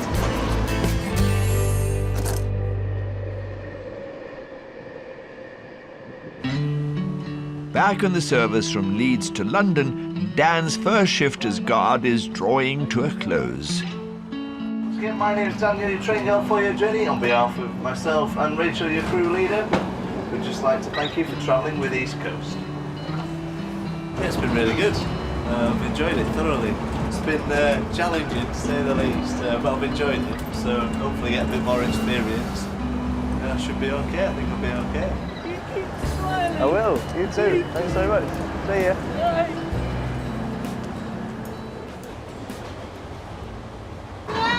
Come here, Mark. On Thursday last week. Yes. Was like some sort of special day for someone. Happy birthday to you. Oh, the car's lovely and... Oh, thank you. I'd like to accept this cake on behalf of all my work colleagues and my family, and thanks for getting us to where I am today. All right. Happy birthday, just for you. The monkey. Mark, hope you had a lovely day, lots of love. Colette, Karen, Sue and Kaza. Sit with me. Yeah. Oh, come here, 3 in 1 cuddle. Oh, isn't that lovely? No. See you later, Don. Bye, Mark.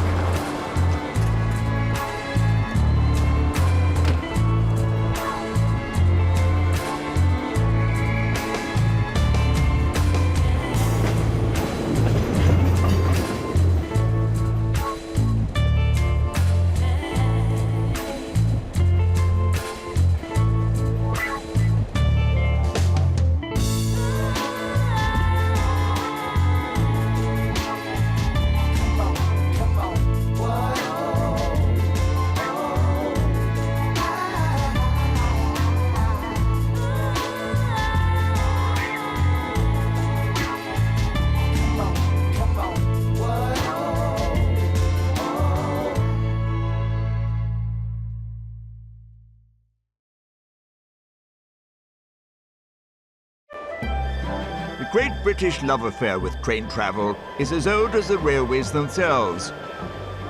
From the beating heart of London's metropolis to the majesty of the Scottish Highlands. Connecting coast and countryside with our great cities, the East Coast Line has it all.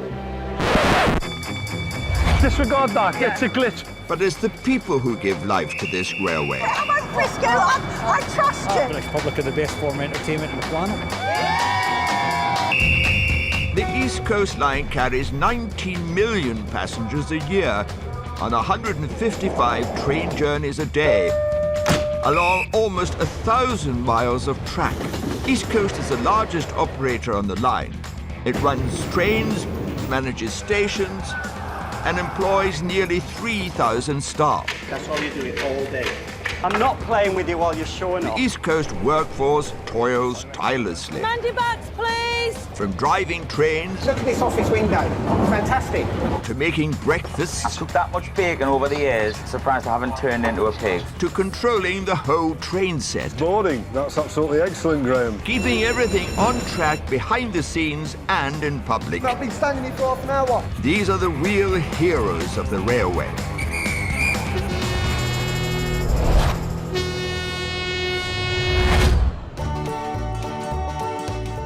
As the sun sets on a Friday night, the entire East Coast train line switches to weekend mode. The weekday Payday's suited and booted commuters surrender their seats to a diverse mix of travellers more inclined to leisure pursuits.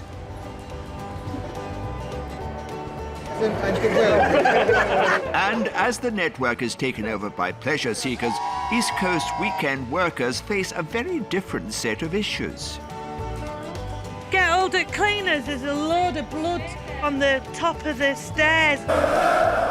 For 9 months of the year, it's the football season, and tribes of fans crisscrossing the country in search of glory can bring its own challenges. It's happened again! East Coast trains carry thousands of fans every year, and with the support of British Transport Police, the company can employ a range of measures to keep everything and everyone in good order. I won't frisk you. I trust you.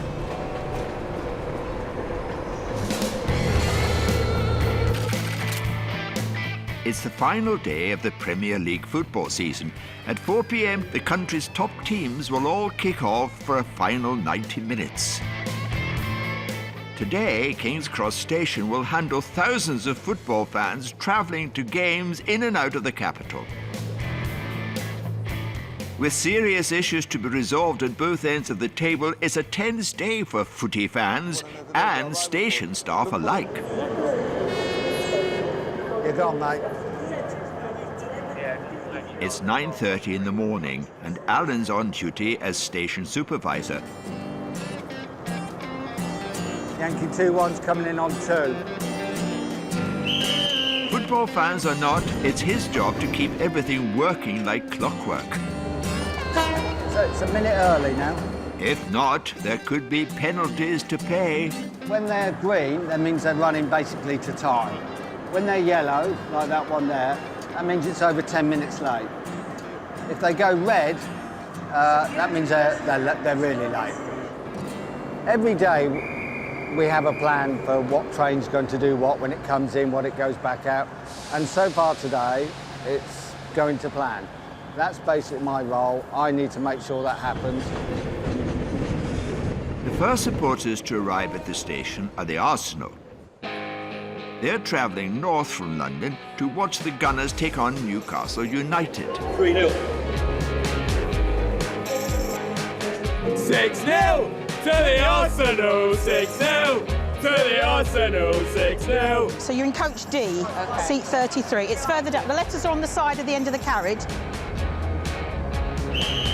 The 10 a.m. departure will take 3 hours to reach Newcastle.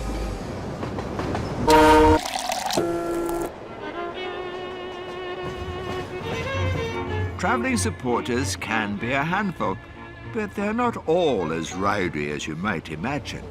Thank you. Would you like a cup? Yes, I've got some ice. Thank you. Thank you. So where are you travelling to today, sir? Newcastle. To Newcastle. See the Arsenal-Newcastle game. Oh, brilliant. I haven't had any really bad things with football fans because I think my way of dealing with people, when I come through a carriage and they are like that, they're all drunk, right? You've got to be able to have a way with people because some people would see that and run a mile, couldn't cope with it. Well, if I see that and come through and say, hello, fellas, how you doing? You know, you're all right, what you up to, and talk to them, then it's fine, you know. Certainly, of course you can. So far, so good. Hundreds of good-natured Arsenal fans are en route and on time. But that is just the beginning.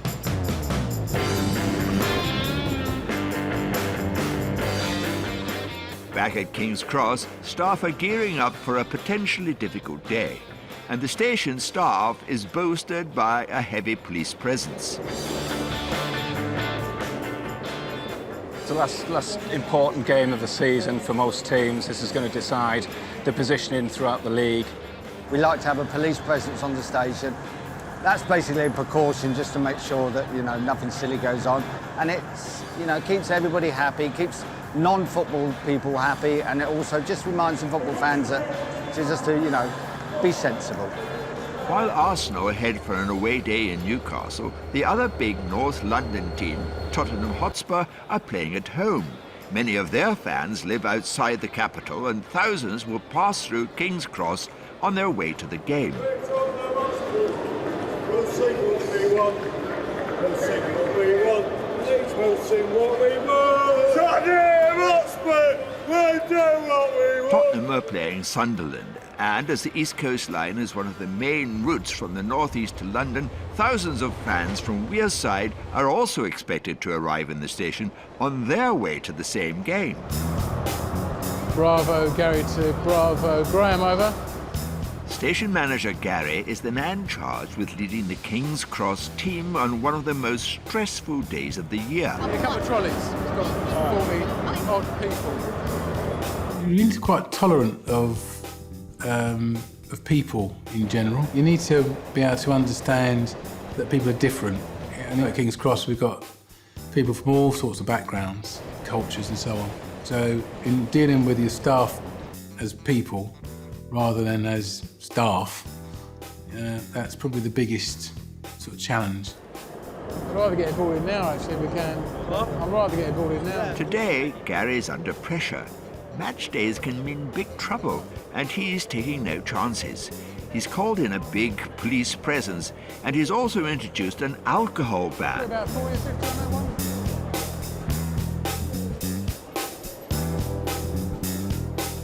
From 6:30 today, all services heading to the northeast will be alcohol-free, known as dry trains.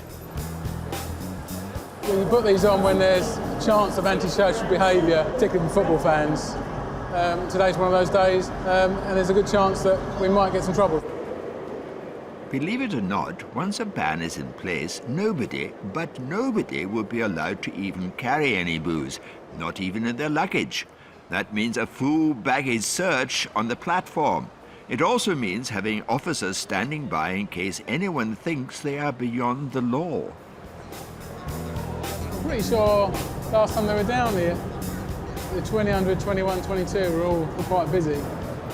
We are here to support the railway company. It's the Railway East Coast that are actually dealing with the enforcement. We are there to support them and purely standing back, and there are powers at which we could use if these people refuse to hand over or they're intoxicated and we'll have to reject them from the station. While football fans arrive at their destinations, a fan of an altogether different kind gets up close and personal with a railway legend. There we go, we've got people waving at you there, look. It's noon on the last day of the Premier League football season. In a few hours, all the country's top teams will be in action, including Arsenal, whose travelling fans are on their way to see their team play in Newcastle. Someone stay at this level, the way that he dresses, that's me. Yeah? I'm not crazy, I'm not drunk, I'm just like, this is me, innit? So, I mean, so it's all good, it's all good. You know, I don't, I'm going Newcastle, but I'm not going with them. Save the world, save the world. Purple shoes as well. Just to jazz it up a little bit. So, the whole full outfit. Hello, morning. Can I see your tickets, please? Lovely, thank you. Charlotte, the trained guard, has seen it all before. To her, a superhero is just another paying customer. There we go, cheers. You're my friends, aren't you? My friends outside. Not as cool as you, eh? They're not as cool as me. Green with envy, that's their problem. Green with envy. The boys may be boisterous, but Charlotte has seen much worse, even though violence on trains is rare. I've had a few bad stories. I had 2 fights going on simultaneously at each end of the train. And one was just a young lad that had been punched by somebody because he was being too loud. And the other, I'd walked into a carriage that had just had quite a big brawl that had happened. And as I walked in, I saw the blood. And I just ended up saying to them, who's messed up my carriage? And then they just started laughing, and then by Peterborough we had the police to the train, and a few people were arrested and taken off. So, but yeah, that was a very trying day, that one. From 6:30 p.m. today, a strictly enforced matchday alcohol ban comes into force, and certain designated East Coast departures will become dry trains. This service departed at 10 a.m, so its lucky passengers are free to make merry and drink as they please. But not everybody is enjoying their freedom. East Coast. What's that? I watched it on record because it's really been most unpleasant. Okay, the noise. It's quiet now. I can ask them to calm down a bit, but we do have a quiet coach in Coach D, which I'm happy to move you down to if you prefer to go down there. A couple of older ladies, they'd obviously just come along for a quiet ride, not expecting the football, and so they'd mentioned to me that they were getting upset with the noise from the fans behind. So I just offered to move them down into our quiet coach for them, which they obviously appreciated. Only takes 5 minutes, and obviously they're happy and I'm happy, and then they can carry on chanting in the other carriage. So. Shush. Yeah. You know. It was a bit like being at a football match. There was much singing and drinking and shouting. Because both of us were getting a headache. And she very kindly moved us to this carriage, which I didn't realise they were quiet carriages, because I'd have opted for one straight away. There you go, thank you.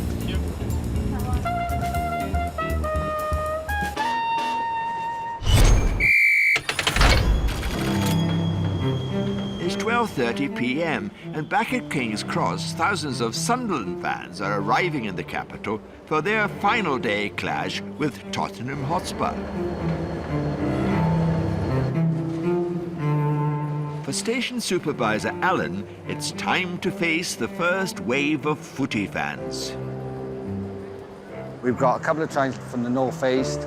They've been on there for 3 hours, so I expect a bit rowdy-ish, but nothing too serious. Alan was expecting the Sunderland fans to be in high spirits, maybe even a little rowdy, but he wasn't expecting them to be singing Italian opera.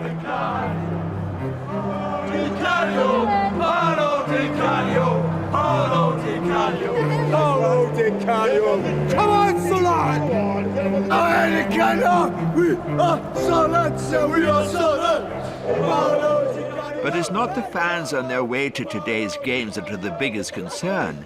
It's the clowning around on the way home that can cause problems. Everybody tends to want to go back at the same time, so it all tends to be a bit more entertaining in that sense from 6 o'clock onwards, when they all get back after the game. We'll try to behave, but jumping about the train, probably. Especially if we get a result today, we'll definitely have a good time on the train on the way back.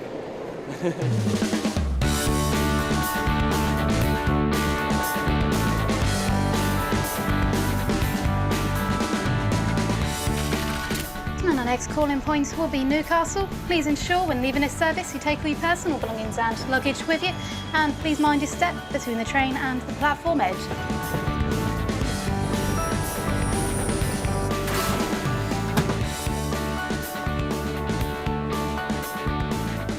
Information controller and fanatical Newcastle fan, Daz, would rather be at the stadium than work. On previous match day shifts, he has been known to sneak a look at the TV. Hey, sorry, boss. Hey, come on! But today, poor Daz is stuck on platform duty. When you're dealing with big, like match events and stuff like that, when you've got like the big crowds, I've had instances where it's just been a sea of people on the platform, like hundreds of people waiting for one train, like the last train, and you've got to try and keep them back. They're drunk and they're carrying on and stuff like that, and they just don't seem to be aware that how dangerous it is. One slip and they're on the track. So then you've got to really do your job properly, and you've got to try and usher everybody back, and then it's just making sure everybody gets on the train safe, See you later, Barry. Today is Newcastle's last home game of the season against Arsenal. There's a lot of Arsenal fans came up yesterday and today. Some of them made a weekend of it. While footballers from all over the world prepare to battle it out on the pitch, Daz has got his own team of tricky Italians to manage. No smoking. Unfortunately, no. Come on. You cannot? No, definitely not. That's bad. Why 5 hours journey with why don't they have a smoking area? No, they used to. It's no smoking anyway now, is it? Yeah, but anything with this kind of what country. if you are traveling for hours? Italy, you're not allowed Unfortunately, to you have to smoke have on a a big train. drag before you get on. It's clearly not the lack of booze bothering these travellers. It's the UK's smoking ban and the lack of smoking area in Daz's beloved Newcastle station that's getting them all worked up. Mom, I love you.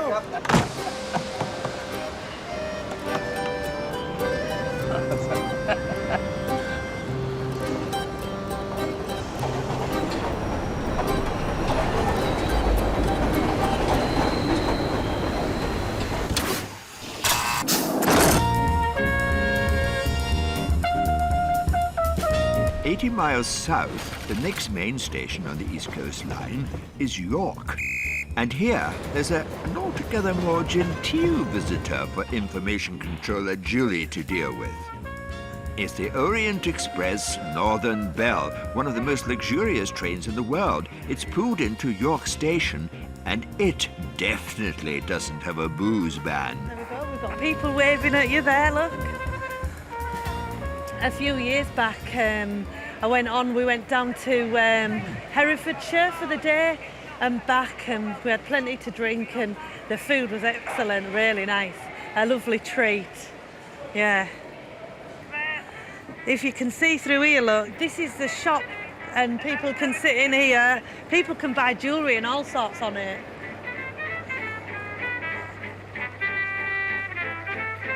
Nice to see no drunks on the train, sophisticated people. There might be no drunks on the train, but that can't be said for the platform.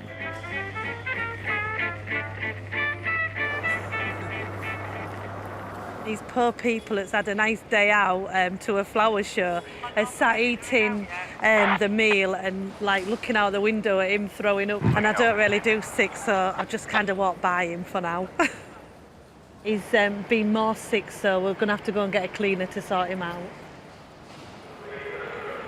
I can't do sick, he makes me feel sick looking at it, and I'm thinking, oh my God, he'll probably end up on a wrong train, won't know where he's going. We'll go and shake him in a bit and ask him where he's travelling, but he probably won't remember where he's travelling to. So we'll just leave him to sober up a bit and get him on the next train. A booze ban on trains heading north means a full bag search on the platforms of King's Cross. You're not allowed to take it, unfortunately. No alcohol at all.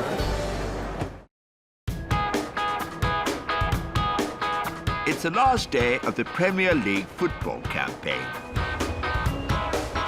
King's Cross Station is quiet, but only for the time being.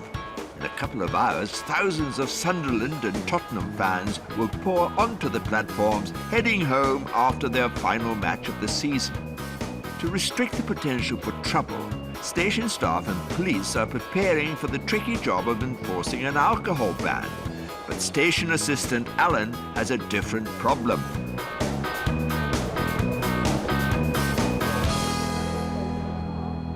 The train at platform 5 is already full of passengers and is ready to depart. Yeah, I'll be coming down there. But the driver has found a fault with the train's radio, which communicates with the signal boxes up the line and the central control room. As long as they're not working, the train can't leave. It's not been working at all. GSM audio, yeah, I've got it. Got it, Instagram. Oh, mate, do you seriously want us to swap NRN radio heads over?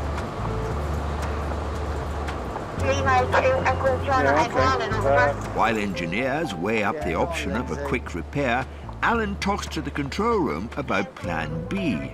They have a spare train on standby.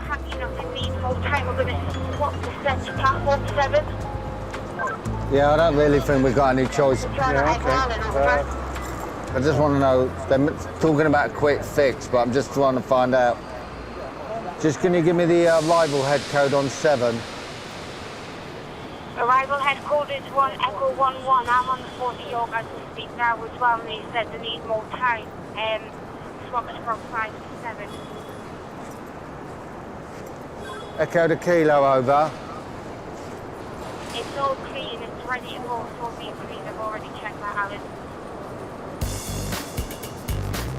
Right, boys, I need to make a quick decision. They're going to try and get us transferred. Yeah, we're saving the buses. Right, it's going to change sets then, right? Okay. Yeah, platform 7. Yeah, I'm going to tell the guard, all right? Dinesh, we're going to get an announcement and put everybody over to number 7, all right? We've got a failure on number 5. We're transferring passengers over to platform 7. I'm heading towards the guard now, but if anybody gets there before me, we're transferring passengers from 5 to 7. Alan knows thousands of football fans will soon be arriving at the station. he needs to act fast to get his passengers on their way before the match day rush begins. Get Carol to do an announcement, and I'm going to go and tell the catering crew that we're going over to 7. Jesse!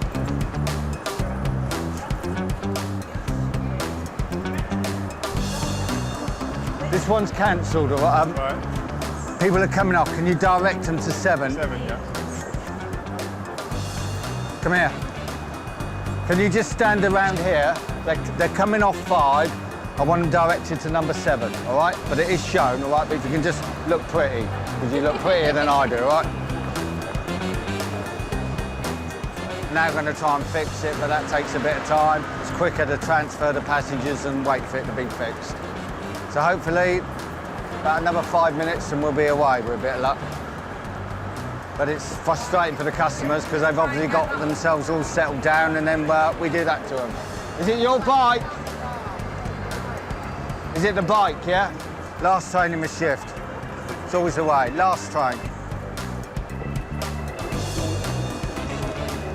Delta Dinesh over. Yeah, I'm on number 5. Crisis averted. Alan's shift ends on track as his final train leaves on schedule. Not a moment too soon. If that happened tonight, that would be a bit interesting, that would. But no, this time of day, it's never a good time. But there are worse times for it to happen, there's no doubt about it. Yeah, it's fine. Thank you.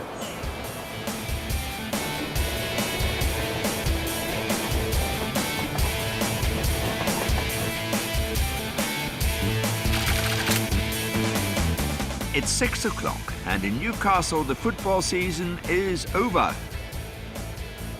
It's been a bad day for information controller Daz.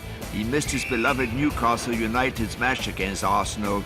His team got beat, and now he has to help Arsenal fans get home. The Arsenal fans have come back all buoyant, you know, they're Champions League now. I mean, you never know, maybe a couple of 1,000 will come back through the station. Come on, you Gunners! Luckily for Daz, the Arsenal fans are more interested in the fate of their arch rivals Tottenham than celebrating beating Newcastle. It's happened again! Oh, sorry. That's great, I love it. The victory today means that Arsenal have finished above Tottenham and, for the second year running, deny their arch-enemies a place in next season's Champions League. It's happened again! It was just Terrible. nerve-shredding.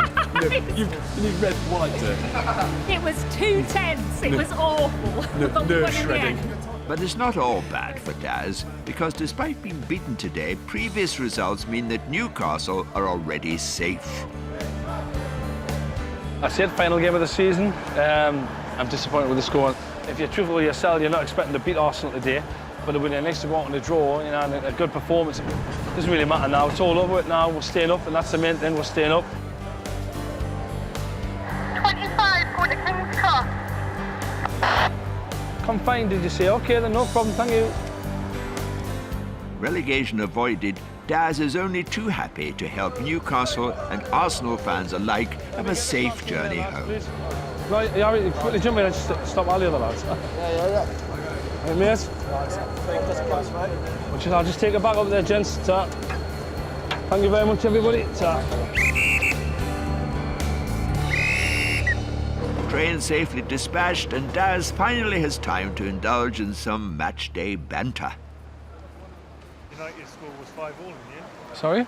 Man United and West Brom. Was it? God, I seen it was 5-4. That's some score like that, innit? Want to watch on the TV. Match of the day will be good tonight, like. A bit of excitement for Ferguson on his last Aye. They did that Guard of Honour for him and all, didn't they? Yeah.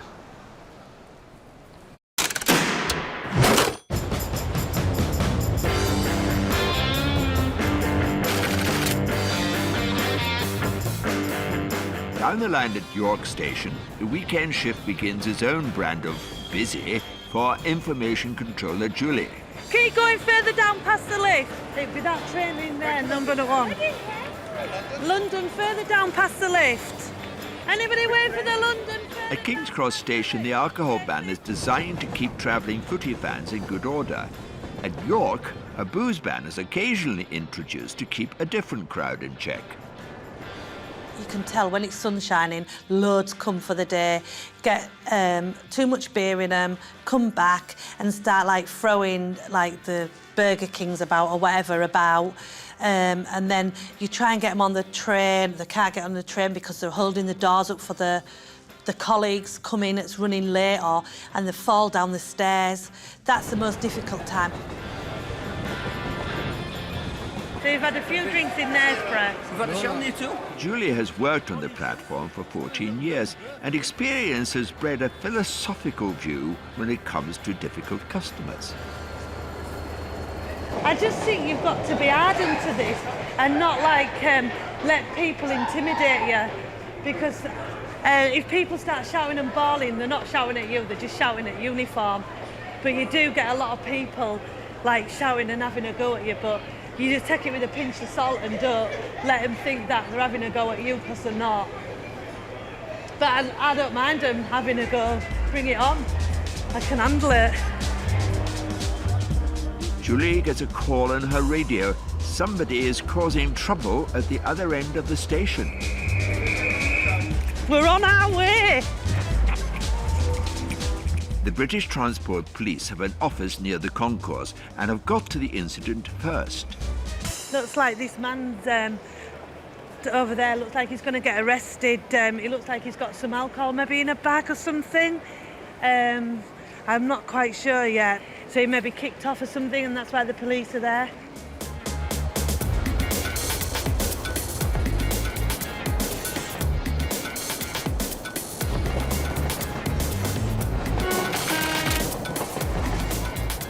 It's 7 o'clock in the evening and crunch time for station manager Gary. The matches are over and thousands of Sunderland fans are about to pour into King's Cross, where they will face an alcohol ban for the journey home. Cheers, thanks.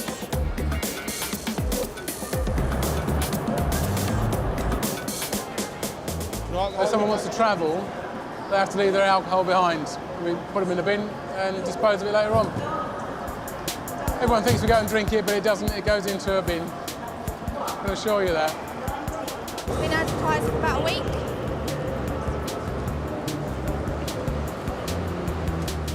Once a train has been designated dry, there are no exceptions, and that means everybody boarding, not just football fans.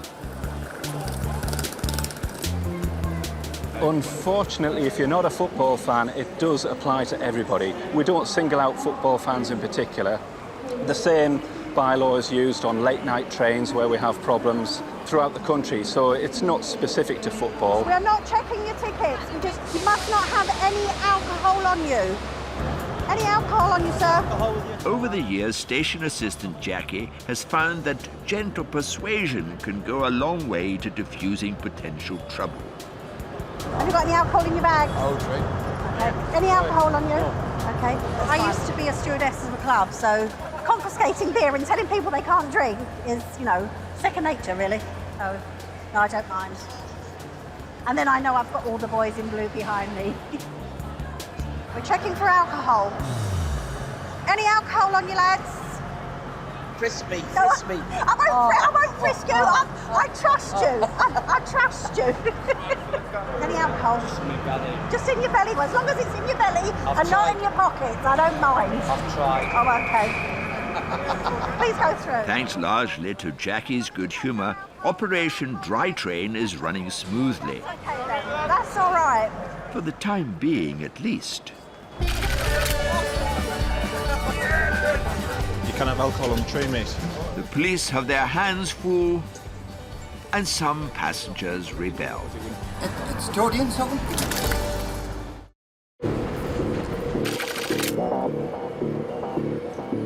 You haven't got alcohol. Have you got alcohol on you?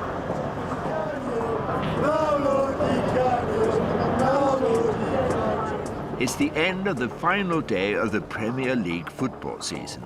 The matches are all over. Thousands of Sunderland fans are heading home from London, and they'll be travelling on booze-free trains. This is a dry train, so no alcohol allowed on this one. Yeah, get rid of it. Okay. Passengers' bags are subject to random searches by East Coast staff, backed up by a heavy police presence. Thank you. No alcohol on East Coast trains give at least 48 hours notice of dry trains through their website and posters in the stations. But inevitably, not everyone gets the message. If they do try to drink alcohol on the train and they're caught by the police, then it's an offence. Under the railway bylaws, they could be arrested and charged. So it's up to them, really. Yeah. So there's no alcohol allowed on the train? Travellers carrying drink can either throw it away or dispose of it another way before they board.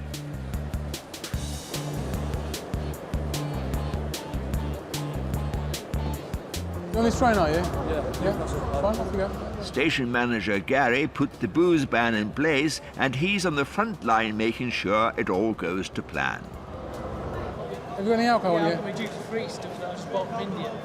Have you? Unaware of the alcohol ban, this man has travelled from the airport after a holiday abroad, complete with duty-free booze in his bag. Yeah, and you're not allowed to take it, unfortunately. It's a dry train. Where are you going to? I'm going to York. York. The only thing I can suggest is taking a train up to Doncaster and changing there. You could do that. Let's just drop it in the office. Yeah? Yeah. When are you back in next? Tomorrow. Oh, yeah? Yeah, I'm working on it. Oh, do you? Daily commute. Oh, I see, right, yeah. Yeah, we can't allow you to take it, I'm afraid. No problem, so I'll yeah. leave it in the office. All right, okay, that's fine. All right, thank you.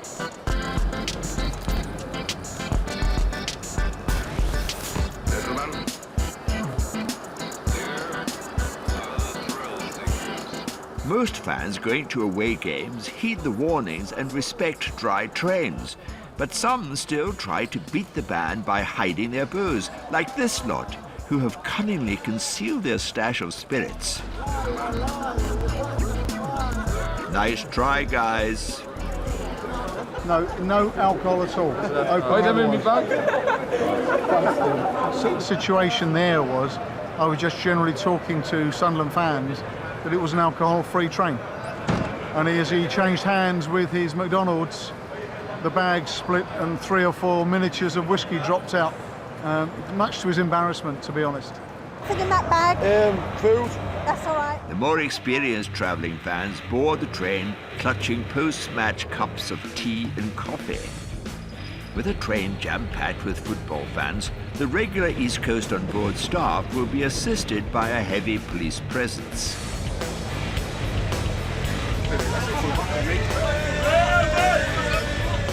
It's the British Transport Police from the North East who've been drafted in to help escort the Sunderland fans home.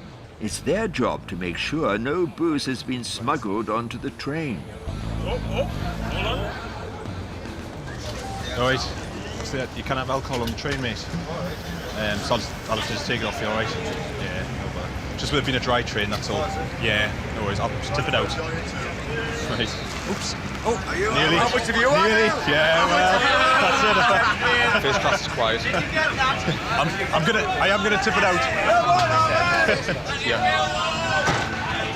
Just tip it out. There you are, Scott. Well, I mean, I'm not going to bend down and get it. If you can just grab it for us and get rid of it, and then. Right, I'll take the size. There's a white bag down there with some cans in, so I'll just get rid of them. Yeah, but I don't...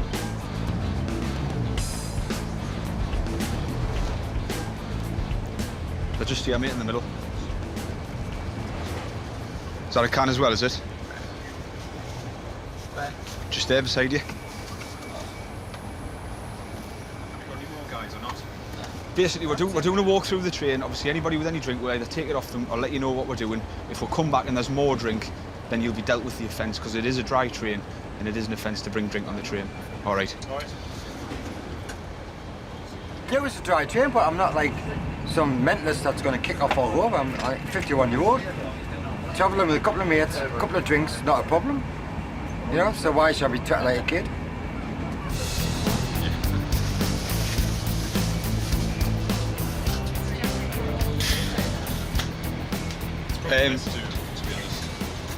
Yeah, because there's obviously occasions when they might fish it out the bin.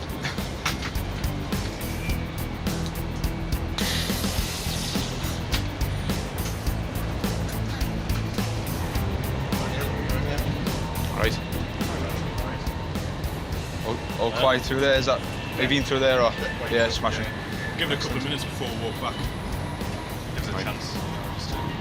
There was a few with drink. Yeah, took a bit off. Yeah. Who tried to hide it, so they obviously knew, but we're just giving them the opportunity. It's mainly with small pockets, isn't it? Groups, which we've had with football fans before, where we've ended up arresting members of the group, and it sort of escalates from there. Not so much with dry trains, but we've actually had, you know, like fights in the vestibule area, which is very difficult to deal with again, you know, especially on a moving train, as you can imagine. So everything's different, you know, every incident, you just got to sort of take it as it comes, really. It's the only way to do it. The booze ban may seem draconian to some, but the combination of alcohol and large groups of travelling fans can lead to serious safety issues for staff and customers alike. Football supporters are probably the worst supporters that you can have on your train, yeah. And there is teams out there that are known for their bad travellers. And I suppose that is the sad aspect of when you are having people travelling, because nobody enjoys working the trains because the fear for their own safety in a sense, and I think that's a sad environment for us to be in. We're trying to provide a service for the general public, and they're just making out an environment for people to be frightened to be in. So yeah, there is teams that are scary, and we do look at the fixtures when they come out and you think, oh God, if I can try and take a day off when they're not playing. I think if we go to the next one, yeah, because that group that we took the drink off are down there. Just keep an eye. Just keep an eye. Yeah. They've gone down the toilet, mate. They've been tipped out, yeah. How was it, Candy Live, man? It's just an offence, isn't it? Yeah. It's just so it's fair for everyone, you know, it's got to be the same for everyone. I thought I had this good rule where they didn't give me The problem is, where do we keep them? That's the other problem as well. Yeah. Well, then there'd be nothing to stop you going and getting them halfway through with that. Fair's fair. I think you knew you weren't meant to have them, because obviously as soon as I came you dropped them under the seat. So I wasn't a woman, but I was taking them for the bands. Right. How old are the bends? I got it wrong there. You did, you did. Yeah. Good effort. No bother. It's totally insulting, because like you interpret any time of year, all it does is drive people to like high vodka down the kegs, do this, that and the other, mix the drinks. People stag off the train worse than what you would with a couple of cans. Yeah. All I'd like is to have a couple of cans, decent drink, and that's it. So it hasn't ruined your day. Did your team win today? Now we've got beaten, that's ruined you. Who's your team? Is it Sunderland? Sunderland, but we're doing all right in the pitch. It's these that are about a day, to be fair.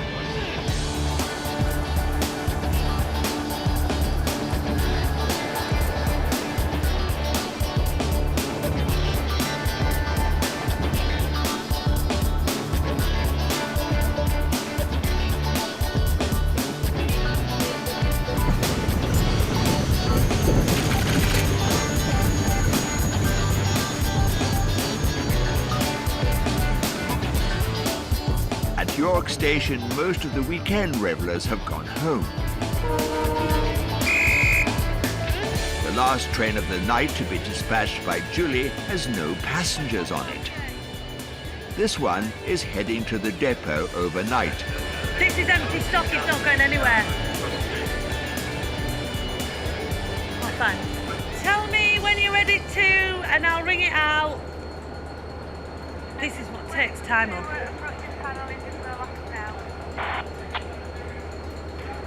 That's it, I just heard him click. Received, I'll ring it out. Not going anywhere, these girls. Ready? It's good. All right.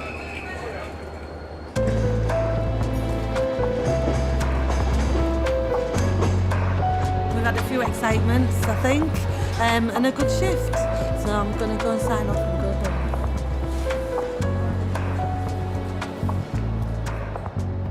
Julie thinks it's all over, but not quite.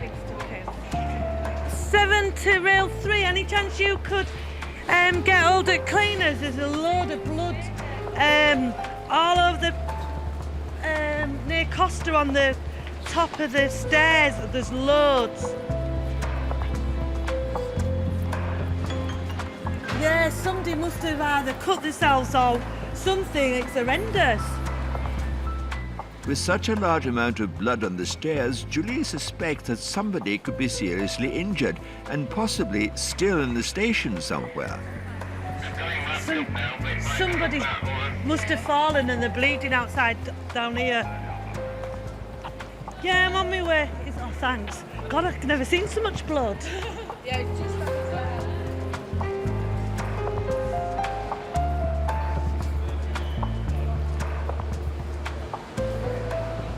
Oops. Do you want some more? Shall I go and get some? I've got a bandage. I'll get you a bandage. Nah, I don't know. Put the pressure on. Get the pressure on it. Put the pressure on it. Get the pressure on it. That gentleman's either fallen up the stairs or down the stairs. He's very intoxicated. I asked him if he needed a bandage on his head instead of those tissues. He was a bit rude to me, so I said, well, I don't think he needed any help, so I left him to the police. Right, we'll go out and sign off.